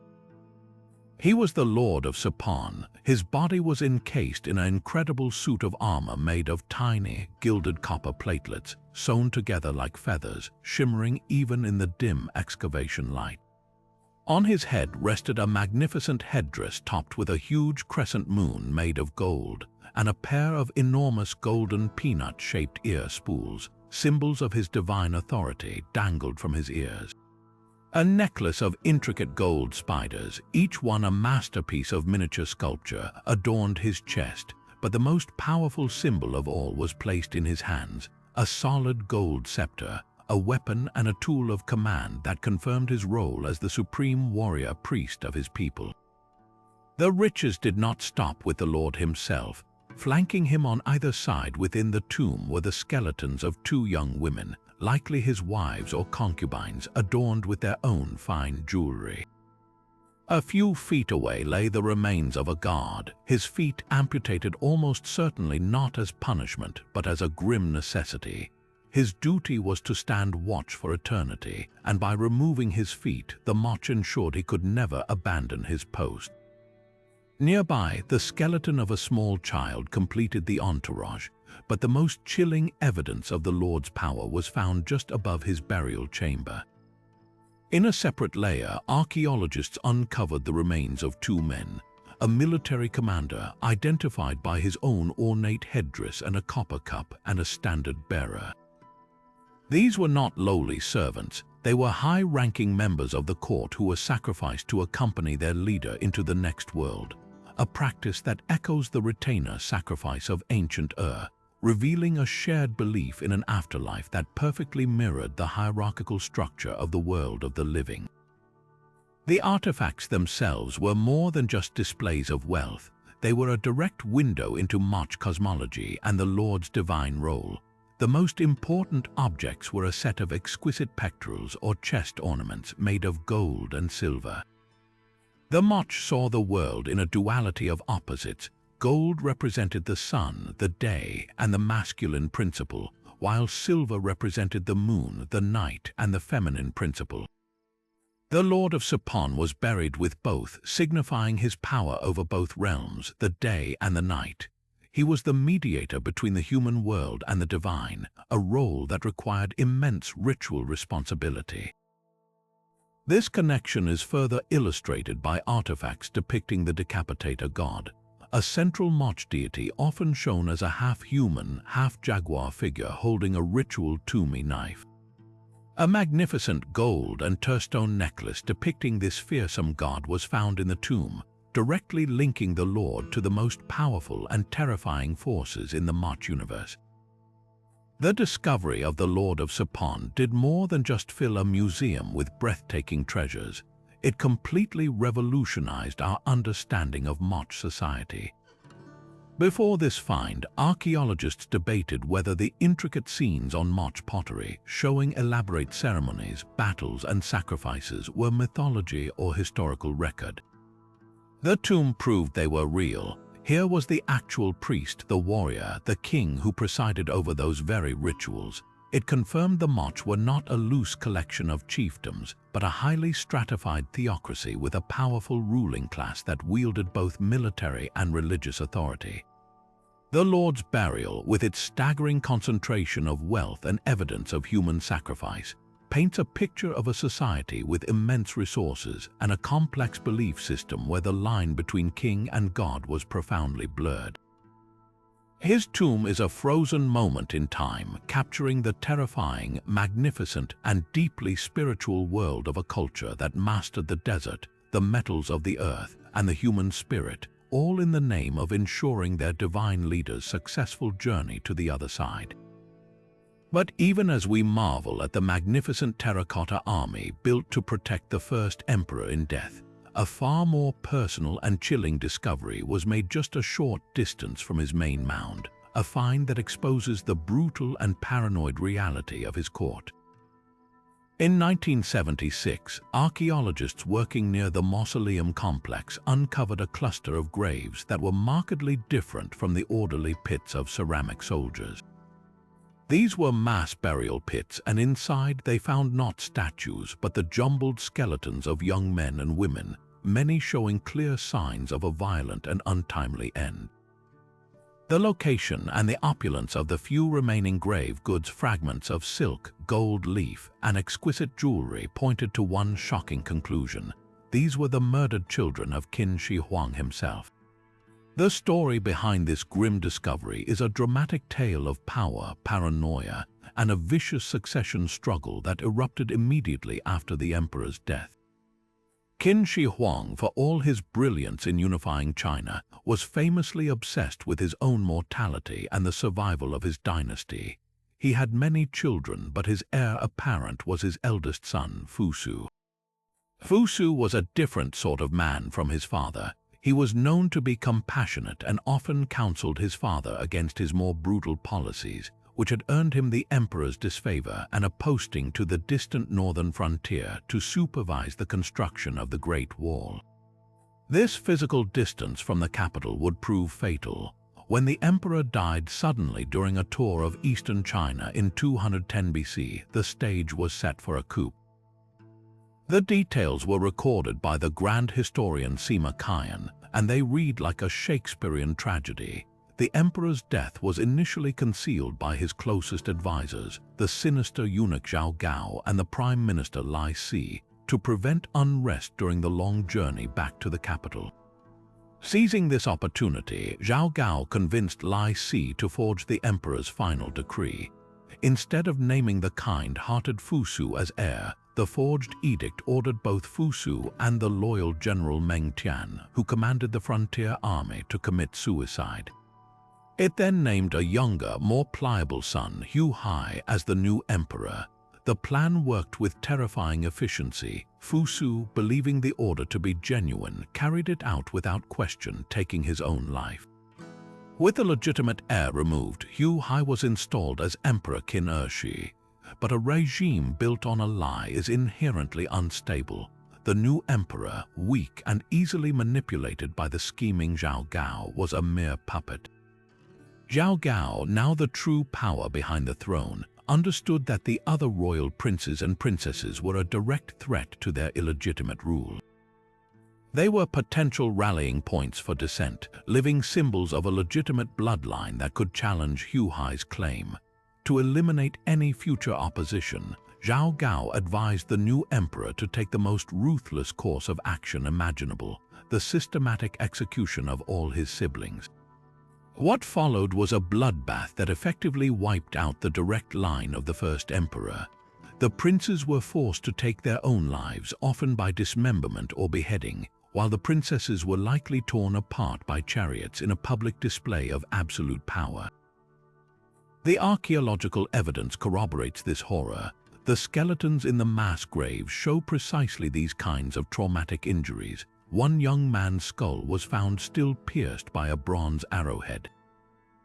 The bodies were then unceremoniously dumped into these pits, some contorted into unnatural positions, a stark contrast to the careful, respectful burials they would have received as royal scions under normal circumstances. A few were placed in coffins with fine artifacts, a possible small act of defiance or pity from those tasked with this grim duty, but the overall picture is one of brutal, panicked violence. This mass filicide, the killing of one's own children, is one of the most extreme examples of the absolute brutality of ancient imperial succession. It reveals a terrifying truth: in the quest for ultimate power, familial bonds meant nothing. The state, the dynasty, was an entity that transcended any single life, even the lives of one's own family. The children were seen not as loved ones, but as political assets or liabilities to be managed or eliminated. The discovery of their tomb is a sobering counterpoint to the grandeur of the Terracotta Army. It reminds us that for all the incredible cultural and administrative achievements of the Qin dynasty, it was founded and maintained through unimaginable terror and bloodshed, a legacy of violence that ultimately consumed its own creator's family and led to the dynasty's collapse just 4 years after the first emperor's death. The silent, broken bones of his children tell a story far more human and far more tragic than any army of clay, a dark testament to the price of power and the fragility of legacy. Yet for all the ancient tombs built for kings and emperors, there is a profoundly different kind of burial that speaks not to the glory of a single individual, but to the collective sacrifice of millions. In the modern era, we find our most powerful and enigmatic tombs not in hidden valleys or beneath pyramids, but in the very heart of national capitals, perpetually guarded and illuminated by an eternal flame. These are the tombs of the unknown soldier, monuments that masterfully transform a profound and unsettling mystery, the irretrievable loss of identity, into a universal symbol of honor, mourning, and national memory. The concept emerged from the unimaginable scale of destruction wrought by the First World War. For the first time in history, industrial warfare made clean, identifiable burial impossible for hundreds of thousands of men. Their bodies were vaporized by artillery, lost in the mud of the trenches, or buried in mass graves where they fell. They were simply gone. This presented a devastating new problem for the grieving process, both for families and for nations.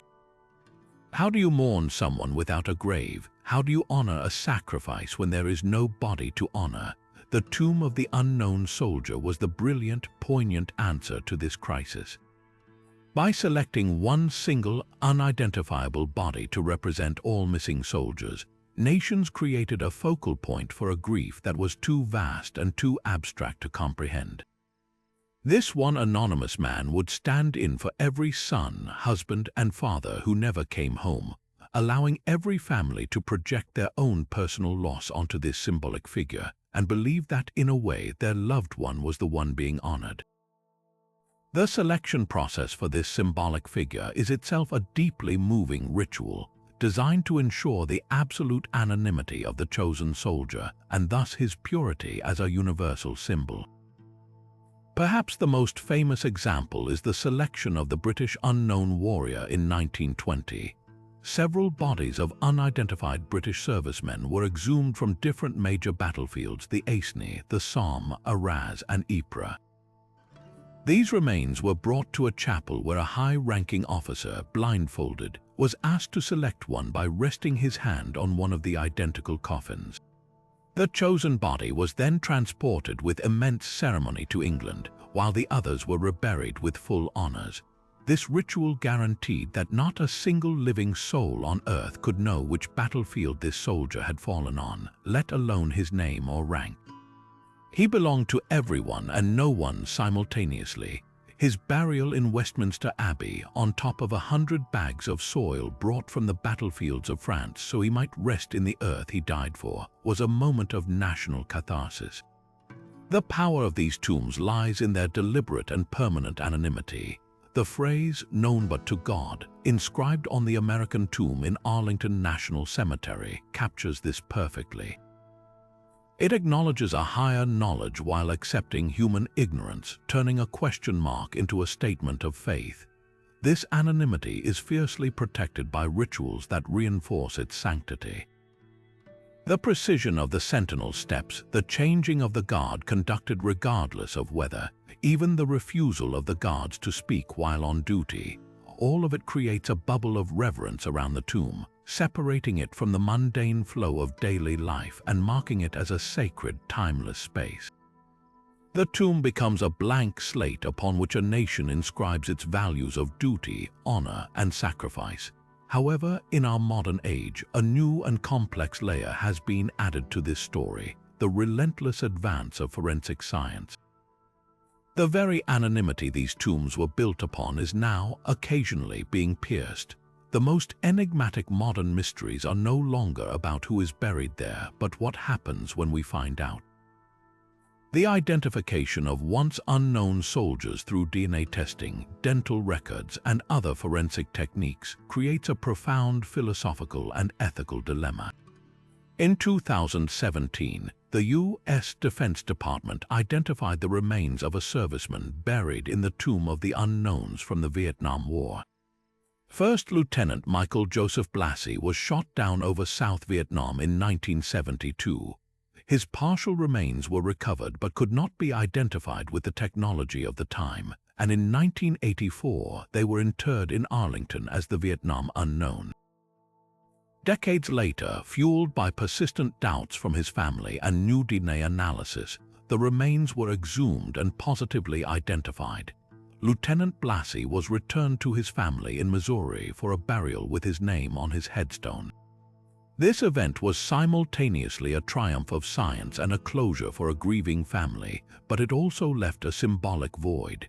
The Vietnam crypt at Arlington now lies empty, a cenotaph that once held a specific man who is specific no longer. This forces us to confront the tension between our ancient need for symbolic, collective mourning and our modern drive for empirical truth and individual recognition. The tomb's power was in its mystery, but we now possess the tools to solve that mystery. Do we use them, even if it means dismantling a powerful national symbol? Or do we, in some cases, allow the unknown to remain unknown, preserving the symbol for the collective good? There is no easy answer, and each identification becomes a unique case study in navigating this delicate balance. This ongoing tension ensures that the tomb of the unknown soldier remains a living, evolving enigma. It is not a relic of a concluded past, but an active site of memory and meaning. It represents our deepest respect for the individual sacrifice of every single soldier, while simultaneously acknowledging that some sacrifices are so vast they can only be comprehended through a collective, symbolic act. It is a monument built not just of marble and bronze, but of loss, hope, and the enduring human need to find meaning in the midst of unimaginable chaos. In honoring one unknown, we honor all unknowns, and in guarding that one tomb, we stand watch over the memory of an entire generation. Yet even as we contemplate the grand national symbols of unknown soldiers, we are reminded that the most profound shifts in our understanding of history often come from the smallest, most intimate of discoveries. Our journey now takes us to a sun-scorched hillside in northern Israel, to a site known as Hilazon Taktit. Here, in a small, carefully constructed cave burial, archaeologists uncovered a skeleton that would irrevocably shatter long-held assumptions about power, gender, and spirituality at the very dawn of human society. This was not the tomb of a king or a warrior, but of a woman, and her burial, dating back an astounding 12,000 years, suggests she was considered one of the most important people in her community. The woman herself was physically distinctive. Analysis of her remains revealed she had a pronounced spinal deformity that would have given her a hunched posture and a distinct, likely limping gait. She would have been visibly different from everyone else in her Natufian community, a culture of hunter-gatherers who were just beginning to experiment with settling down and domesticating plants and animals. In many historical narratives, individuals with disabilities were often marginalized or seen as a burden, but the treatment of this woman in death tells a completely different and far more compelling story. Her body was laid to rest in a purpose-built oval-shaped shell lined with limestone slabs, a special effort that set her burial apart from others at the site. And then they filled her grave with an astonishing array of objects. They placed the complete skeletons of 50 tortoises beside her, clearly gathered and prepared for this specific ritual. They included parts of extremely rare and powerful animals: a golden eagle's wing, the tail of an aurochs, a massive, now extinct wild bull, the pelvis of a leopard, and the skulls of 2 stone martens. This was not a typical collection of food or personal ornaments. This was a carefully curated set of items, each one symbolizing strength, power, and connection to the spirit world. The effort required to assemble this collection was immense, indicating that dozens of people from different bands likely contributed to the funerary feast held in her honor.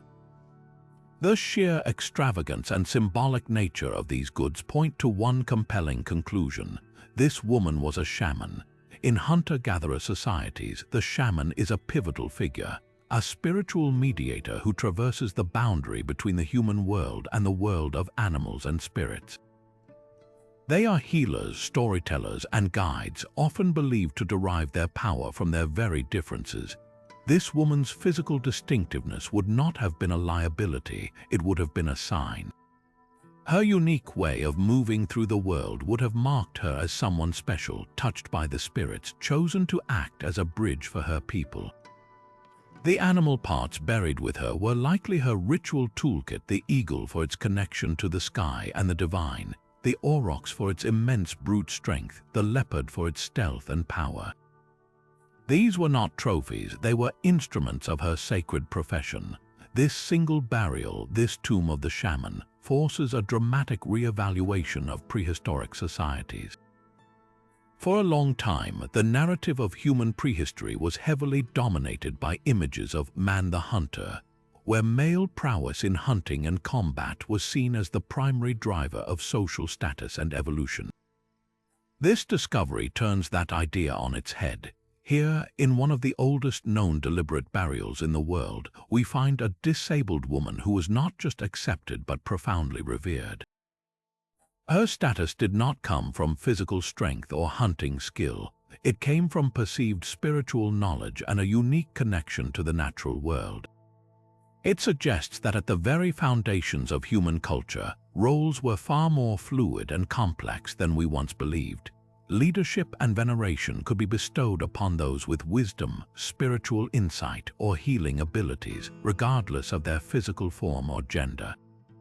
The community's investment in her elaborate burial shows they believed their collective well-being was tied to her ability to navigate the unseen world, making her one of the most vital and cherished members of their group. Her tomb stands as a powerful testament to the deep human capacity for reverence, challenging us to look beyond our own modern prejudices and see the ancient world in a new, more nuanced light. But the flow of luxury goods and ideas was almost certainly not direct. It's highly unlikely that Greek merchants from Marseille were personally trekking hundreds of miles into the cold, densely forested interior of what is now the Champagne region. Instead, the journey was almost certainly a multi-stage process, a long and complex chain of handoffs between different cultures. Imagine a Greek vessel unloading its precious cargo of wine amphorae and fine bronze ware at a trading post along the coast of modern-day Provence. From there, local Gallic tribes, perhaps the powerful Arvani or Sequani, would have transported these goods northward along established river routes like the Rhône and Saône, or over ancient paths that would later become Roman roads. At each major settlement or tribal border, the goods would be traded, their value increasing with every mile they traveled from their source. By the time the magnificent cauldron reached the Laval prince, it had passed through countless hands, each transaction building its status from a mere container into a potent symbol of far-reaching influence and divine connection. This presents a fascinating question of interpretation. Was the prince simply a wealthy chieftain showing off his access to exotic bling, an ancient symbol of keeping up with the Mediterranean Joneses, or was the meaning of this object transformed as it moved from its Hellenistic origin into a Celtic worldview? For the Greeks, the cauldron's imagery of Dionysus, the god of wine, ecstasy, and rebirth, was part of a well-defined mythological canon. But for the Celtic prince and his druids, these same images may have been interpreted through a completely different spiritual lens. The bearded god with his panther could easily be seen as a manifestation of a native Celtic deity like Susillus, the striker, often depicted with a mallet and a dog. The vinestock decorations might have symbolized not just the wine within, but a more universal concept of fertility, abundance, and the otherworld. The cauldron itself was a powerful symbol in Celtic myth, a vessel of plenty, a tool of resurrection, and a central object in their own rich storytelling traditions. By incorporating this foreign masterpiece into his burial, the prince wasn't just importing a status symbol. He was likely appropriating its perceived power, assimilating Mediterranean magic into his own indigenous belief system to bolster his authority both in this life and the next. The mystery of the Laval prince's tomb, therefore, extends far beyond the simple presence of the artifact. The real enigma lies in the social and political revolution its journey represents. This was not an isolated incident. Other contemporary tombs, like the famous Vic's burial of a Celtic princess also equipped with Greek bronze ware, tell a similar story. These burials signal the emergence of a new, ultra-powerful social class in temperate Europe. These were not just tribal chieftains, they were what archaeologists call princely figures, individuals who amassed enough centralized power and control over long-distance trade networks to accumulate staggering personal wealth. Their tombs are the archaeological signature of a society becoming more hierarchical, more complex, and more interconnected than we ever previously imagined. The Greek cauldron in a French field is a silent witness to the very formation of power structures in early Europe, proving that 5 centuries before Julius Caesar's legions arrived in Gaul, the Celtic world was already dynamically engaged with the classical South, eagerly absorbing its luxuries and its ideas and refashioning them into something uniquely their own. But the use of jade was not merely decorative, it was deeply rooted in a profound and ancient Chinese spiritual belief. For thousands of years, jade was considered the most precious substance on Earth, a stone that possessed a unique and powerful life force. It was believed to be the concentrated essence of the mountains and the Earth itself, crystalline and incorruptible. Ancient texts describe it as possessing 5, and sometimes even 9 distinct virtues: benevolence, righteousness, wisdom, courage, and integrity, making it the perfect moral and spiritual armor for a noble soul. Most importantly, they fervently believed that jade had the magical property of preventing the physical decay of the body. In a culture that venerated its ancestors and believed their spirits could intercede on behalf of the living, the preservation of the physical form was of paramount importance. A corrupted, decomposed body might hinder the soul's journey to the afterlife or even prevent it from receiving offerings from its descendants. The jade suit, therefore, was the ultimate technological and spiritual solution to this most human of fears, the fear of oblivion and physical dissolution. The creation of a single jade burial suit was a monumental undertaking that consumed vast resources and required the coordinated effort of an imperial workshop for years. First, the raw jade had to be sourced, often from the remote region of Cotton in Central Asia, a journey of thousands of miles. This precious stone was then meticulously cut and ground into hundreds and sometimes thousands of small, thin plaques. Each piece was carefully shaped rectangles for the torso and limbs, squares for the body, and special trapezoidal and triangular pieces to fit the contours of the face and head.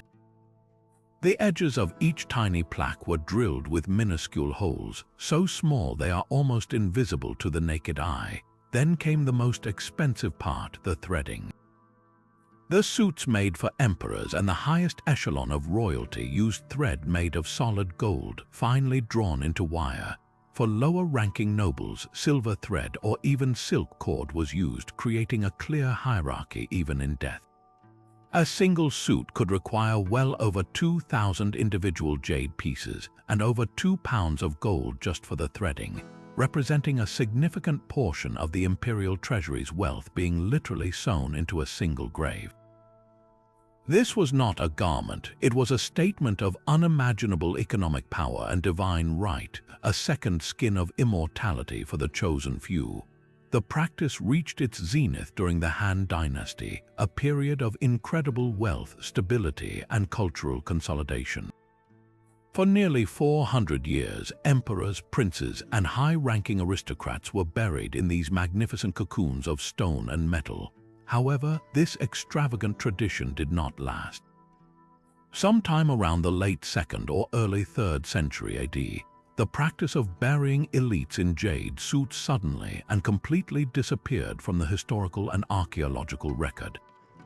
The reason for this abrupt end was not a change in belief, but a change in economics and politics. The Han Dynasty collapsed, plunging China into a prolonged period of civil war and disunity known as the Three Kingdoms period. The immense centralized wealth and bureaucratic organization required to produce these suits evaporated overnight. The new rulers were practical military men focused on survival and conquest, not on funding unbelievably expensive funerary projects that took years to complete. But the final, decisive blow is credited to one man in particular, the famed warlord and King Cao Cao. A brilliant and ruthlessly pragmatic strategist, Cao Cao was perpetually short of funds to finance his massive armies. He is historically credited with institutionalizing a practice known as grave robbing on a military scale. He officially appointed military officers to the title of Fa Qiu Zhonglang Jiang, which translates literally to General of the Sharp Spades or General who attacks tombs. Their sole duty was to seek out and systematically loot the lavish burial mounds of the Han nobility to plunder the gold, jade, and treasures within to fill his war chest. In this context, a jade suit was not a sacred object. It was a giant gleaming beacon for looters, a virtual map straight to a fortune in gold thread. The very thing that was meant to protect the body for eternity instead made it the primary target for desecration. In the face of such systematic, state-sanctioned robbery, the practice became not just financially impossible but utterly pointless. Why invest generations of wealth into a burial that would be the first thing a desperate general would dig up? The belief in jade's power may have persisted, but the world had changed, forcing a return to simpler, less provocative forms of burial. The era of the jade suits was over, leaving behind only a handful of spectacular, miraculously unlooted examples as a testament to a bygone age of unparalleled funerary ambition and a poignant, failed quest for physical immortality. Just when we think the sands of Egypt have given up all their secrets, they shift once more to reveal a story thought forever lost. In the shadow of the Great Pyramids of Giza and the labyrinthine Valley of the Kings, a team of archaeologists working at the necropolis of Saqqara made a discovery in late 2022 that sent ripples through the world of Egyptology. They uncovered the pyramid of a pharaoh, and within its shadow a smaller subsidiary pyramid, and inside that, etched in stone for the first time in over 4,000 years, was a name: Knowth. She was a queen, a king's wife, a king's mother, a ruler of immense importance. Yet until that moment, her name had been completely erased from the historical record. How could a woman of such high status, honored with her own pyramid in one of Egypt's most sacred royal cemeteries, simply vanish from history for 43 centuries? The discovery itself was a masterclass in modern archaeological patience. The team, led by Dr. Zahi Hawass, was excavating around the pyramid of the pharaoh Teti, the first ruler of the 6th dynasty who reigned around 2300 BC. Surrounding a pharaoh's pyramid were typically smaller pyramids for his queens, and the team had already found 2. This new structure was the 3rd. As they carefully cleared the rubble from the burial chamber, they found the usual funerary offerings, pottery, shabti figurines, and tools for the afterlife. But the real prize was a massive, fallen limestone sarcophagus. It was when they painstakingly righted this colossal container that they saw the hieroglyphs carved into its surface, spelling out the Kartouch of Queen Knowth. This was the jackpot. A Kartouch is an oval loop that encircles a royal name, designating it as pharaonic. For a queen to have her name written in a Kartouch was a rare and significant honor, indicating she wielded power far beyond that of a mere consort.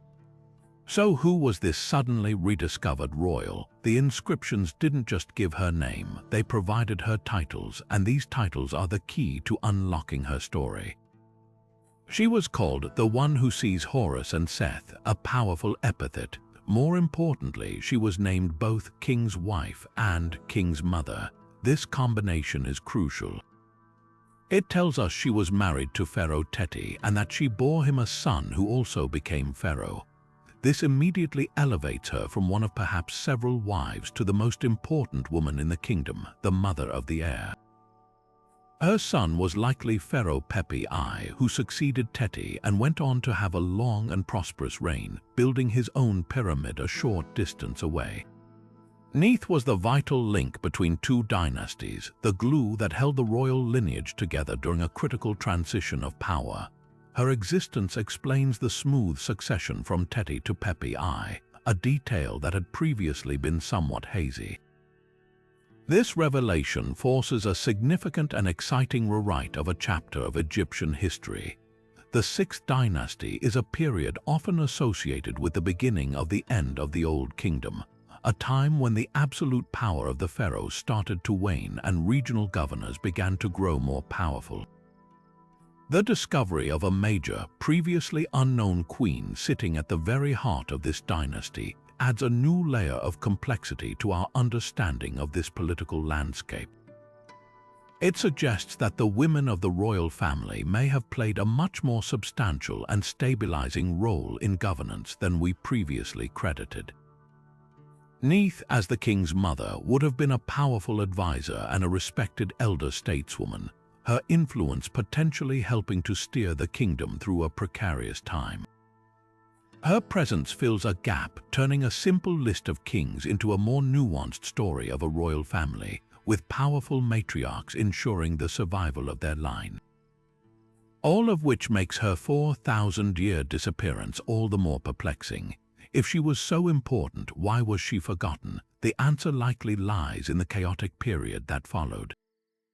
The Old Kingdom eventually collapsed into a period of famine and social unrest known as the First Intermediate Period.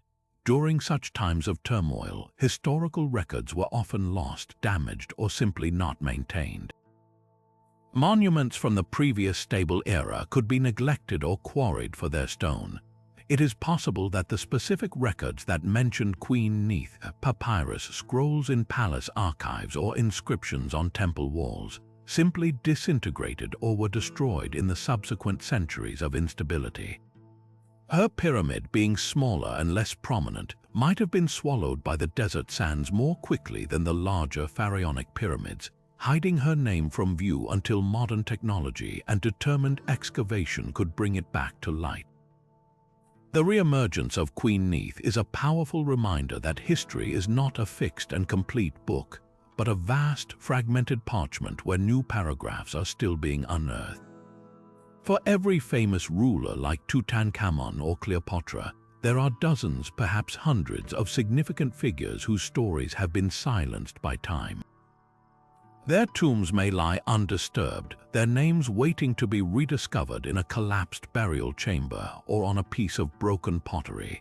Knowth's story tells us that our understanding of ancient civilizations, even one as well documented as Egypt's, is built on a foundation of fortunate discoveries. Each new find, like her pyramid, is a stark lesson in humility for historians. It proves that gaps in our knowledge are not necessarily empty spaces, but rather rooms we simply haven't found the door to yet. The sands of Saqqara and countless other sites across the globe undoubtedly hold more of these doors, waiting for the right key to turn and illuminate another forgotten chapter in the incredible story of humanity. While the allure of ancient tombs often lies in their romantic rediscovery by a lone explorer with a pick and a dream, the reality of modern archaeology is far more technologically sophisticated and in many ways even more thrilling. We are living in a new golden age of discovery, not because we are digging more, but because we are seeing more, peering through sand, stone, and soil with a suite of tools that would seem like pure magic to the archaeologists of a century past. This technological revolution is transforming tomb exploration from a destructive process of excavation into a precise science of non-invasive investigation, allowing us to locate secrets without ever lifting a trowel and to identify the anonymous dead with breathtaking certainty. One of the most powerful tools in this new arsenal is light detection and ranging, or LiDAR.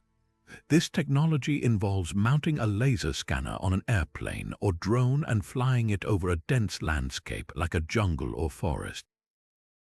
The laser pulses penetrate the small gaps between leaves and branches, bouncing off the solid ground below and returning to the sensor. By compiling millions of these data points, archaeologists can digitally strip away the vegetation, revealing the human-made structures hidden beneath the canopy for centuries. The most stunning application of this was in Central America, where LiDAR surveys over the jungles of Guatemala revealed a sprawling, interconnected Mayan civilization of staggering scale and complexity. What was once thought to be a scattering of isolated city-states was shown to be a vast network of cities, farms, fortifications, and roads, supporting a population millions larger than previously estimated.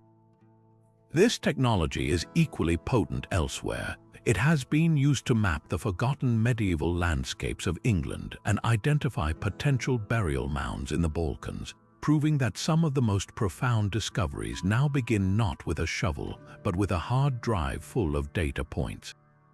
For secrets buried directly beneath our feet, ground-penetrating radar, or GPR, is the tool of choice. This method works like sonar for the Earth, sending high-frequency radio waves into the ground and reading the signals that bounce back. Different materials, solid rock, empty space, disturbed soil, or buried walls reflect these waves differently, allowing operators to create a three-dimensional map of the subsurface. This is how the tantalizing void behind the north wall of Tutankhamun's burial chamber was first detected. In Italy, GPR was used to stunning effect in the ancient city of Pompeii, mapping the complete street plan of an entire unexplored neighborhood and locating intact houses, shops, and even a potential public bath complex, all without breaking the surface. It allows archaeologists to be surgical, to know exactly where to dig to maximize discovery and minimize destruction of the site itself.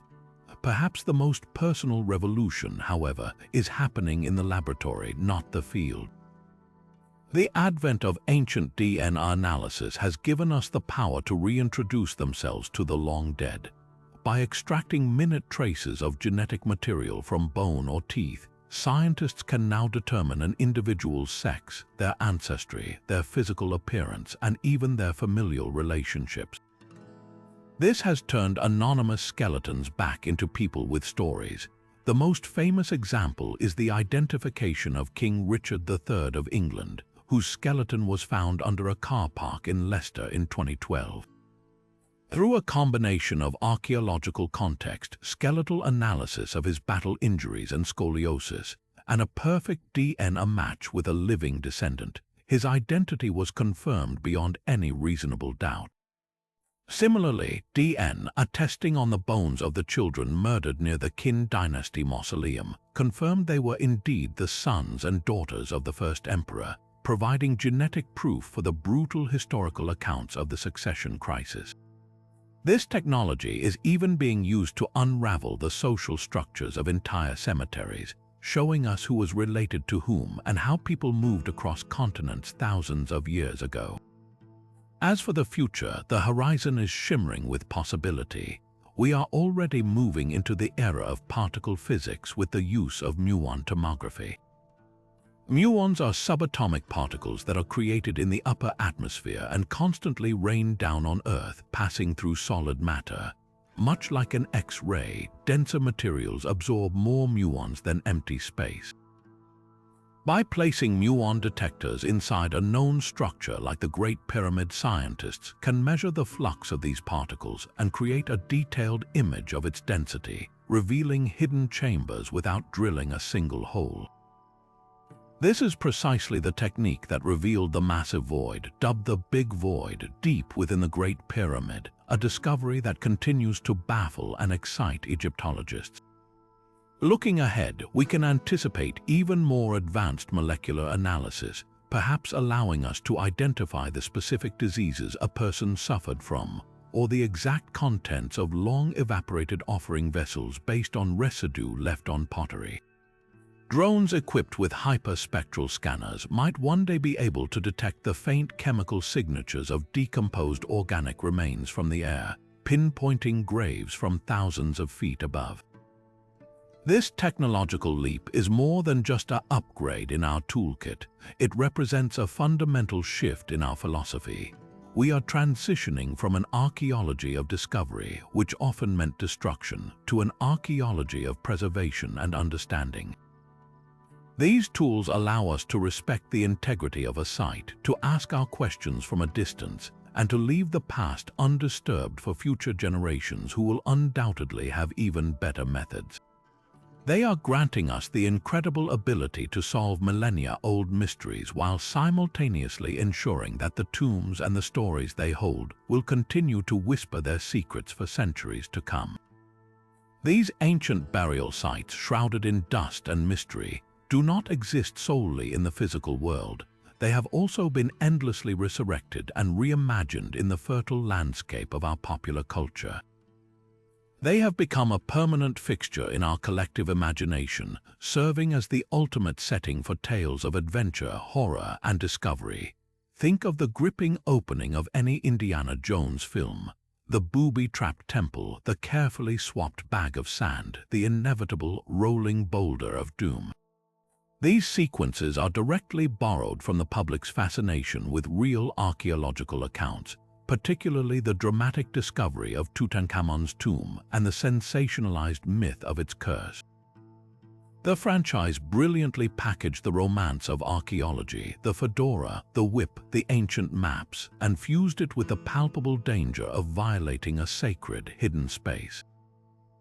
It's a formula that continues to resonate because it taps into a very real human desire to be the one who steps into the darkness and emerges with a truth lost for millennia. This allure has seamlessly transitioned into the interactive realm of video games, where we are no longer mere spectators but active participants in the excavation. Titles like the Tomb Raider series and Uncharted place us directly in the worn boots of the explorer, demanding that we solve the ancient puzzles ourselves, outrun the crumbling architecture, and confront the supernatural guardians that legends promise. The digital reconstruction of these spaces allows for a visceral experience that film cannot provide. We feel the tension of navigating a pressure plate floor, the triumph of deciphering a sun-altar alignment, and the thrill of finally beholding the treasure chamber in all its rendered glory. These games often take creative liberties, of course, filling tombs with improbable mechanisms and fantastical elements, but their core appeal remains rooted in an authentic human history. They satisfy a primal itch for exploration and grant us agency in a narrative where history is not just to be studied, but to be personally uncovered and conquered. But why does this specific brand of mystery hold such enduring power over us? The answer lies in a powerful combination of factors. Tombs represent the ultimate locked room mystery, a puzzle box constructed by people so distant from us in time that their thought processes feel almost alien. We are drawn to the intellectual challenge of deciphering their purpose and breaking their codes. Furthermore, they exist at the intersection of life and death, the known and the unknown. They are monuments to humanity's deepest questions about mortality and the afterlife, making them inherently solemn and spiritually charged spaces. This gravity lends weight to any story set within them, transforming a simple treasure hunt into a profound confrontation with eternity itself. This cultural fascination is a double-edged sword. On one hand, it generates widespread public interest that can lead to increased funding for legitimate archaeological research and a greater appreciation for preserving our shared global heritage. On the other, it can fuel irresponsible speculation, rampant conspiracy theories, and the kind of sensationalism that plagued the early days of Egyptology. The line between inspired fiction and harmful misinformation can sometimes blur, with wild theories about extraterrestrial pyramid builders or cursed mummies occasionally overshadowing the nuanced and often more fascinating work of real historians. Yet, even this speculation is a testament to the tomb's power. We are so captivated by these ancient enigmas that we are compelled to fill in the blanks with our own stories when the historical record falls silent. Whether through the respectful gaze of a scholar or the imaginative lens of a filmmaker, these silent stone chambers continue to speak. They remind us that the most compelling stories are those that are never fully finished, always leaving room for one more discovery, one more theory, and one more generation to be inspired to seek out the secrets hidden just beneath the surface of our world. Yet the very act of discovery, the fame that draws us to these places, also poses the single greatest threat to their survival. For every tomb that is carefully excavated and studied, countless others face a silent, ongoing battle against a trio of modern dangers: the relentless greed of looters, the accelerating impacts of climate change, and the crushing weight of mass tourism. These forces threaten to erase humanity's shared heritage before we even have a chance to understand it, turning priceless archaeological sites into dust, memories, and empty holes in the ground.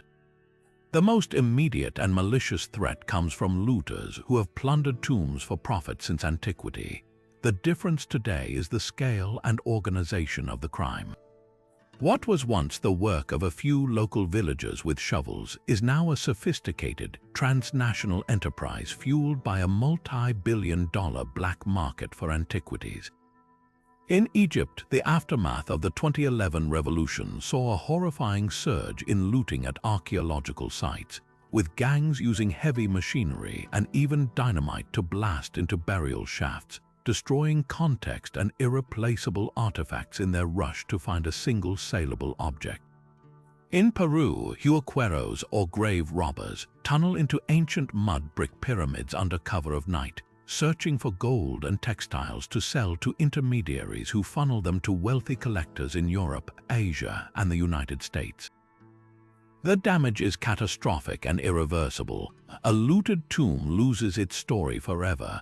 A beautiful vase in a private collection, stripped of its provenance, becomes a mere decorative object. Its historical significance and the knowledge it could have provided about a culture's burial practices, trade routes, and beliefs are gone for good. Perhaps the most insidious threat, however, is one that is intangible and global: climate change. Rising sea levels, increasing salinity, and more frequent extreme weather events are acting as a slow-motion demolition crew on our most vulnerable sites.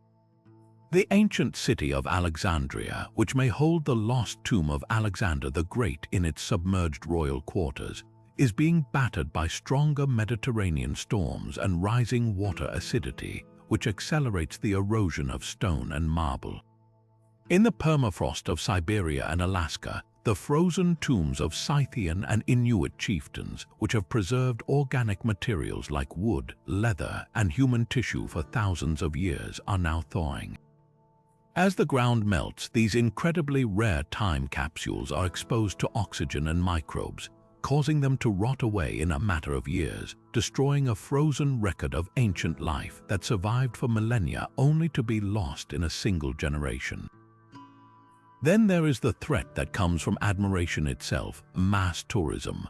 The sheer volume of visitors to places like the Valley of the Kings or the Terracotta Army creates a microclimate of destruction. The constant exhaled moisture, dust, and changes in temperature from thousands of daily visitors degrade delicate paintings, cause salts to crystallize and explode within stone, and wear down ancient floors. In the Lascaux caves in France, the prehistoric paintings known as the Sistine Chapel of Prehistory were so badly damaged by algae and fungi introduced by tourists in the 1960s that the cave was permanently closed to the public. We now have to experience these masterpieces through a meticulously created replica.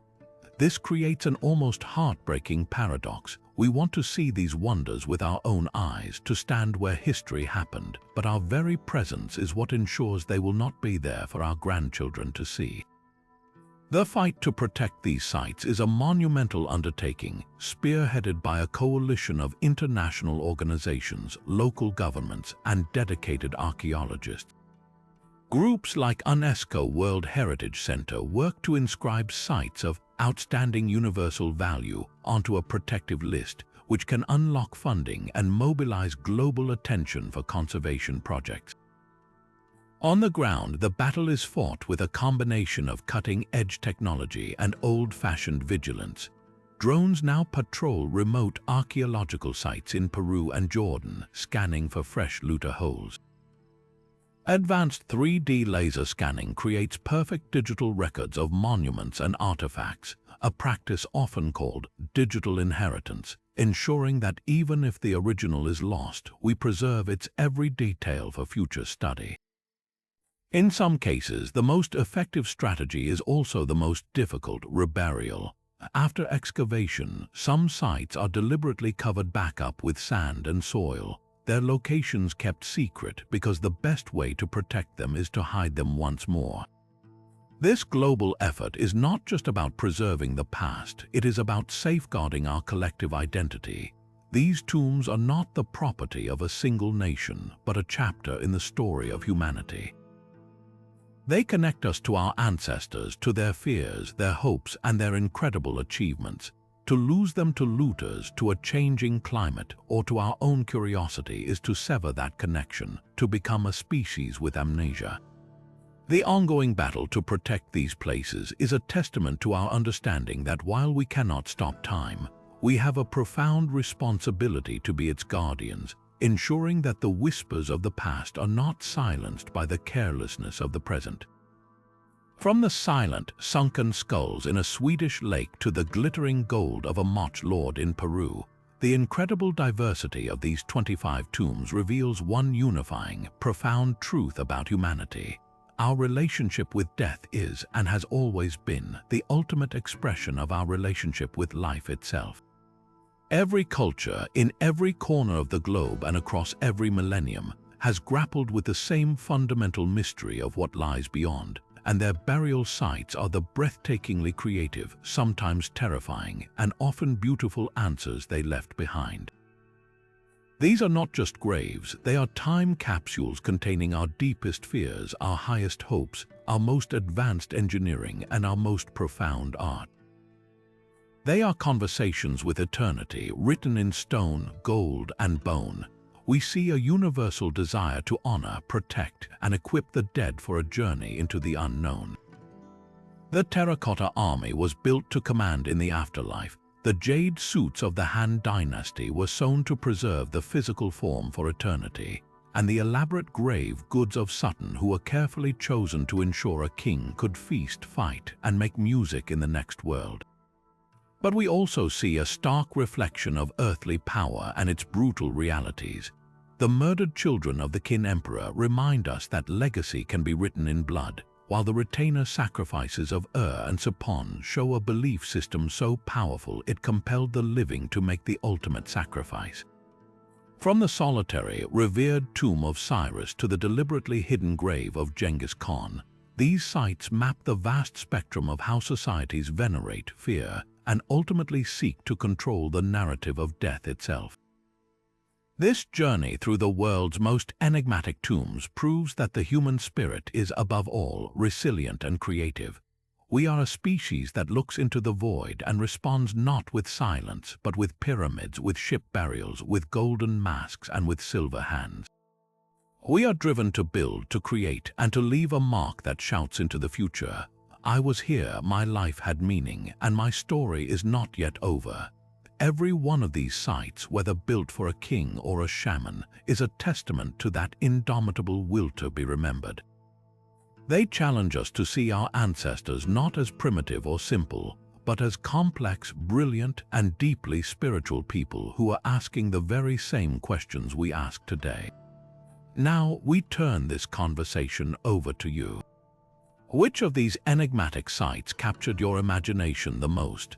Does the mathematical perfection of the Great Pyramid leave you in awe, or are you drawn to the intimate, tragic mystery of the woman with the silver hands? Perhaps the terrifying ritual of the sunken skulls haunts your thoughts, or the lost tomb of Alexander the Great fuels your own dreams of discovery. Share your thoughts in the comments below. We are endlessly fascinated by the stories that resonate most with our community. Your curiosity is what keeps these ancient stories alive, ensuring that the quest for understanding, much like the journey into the afterlife itself, never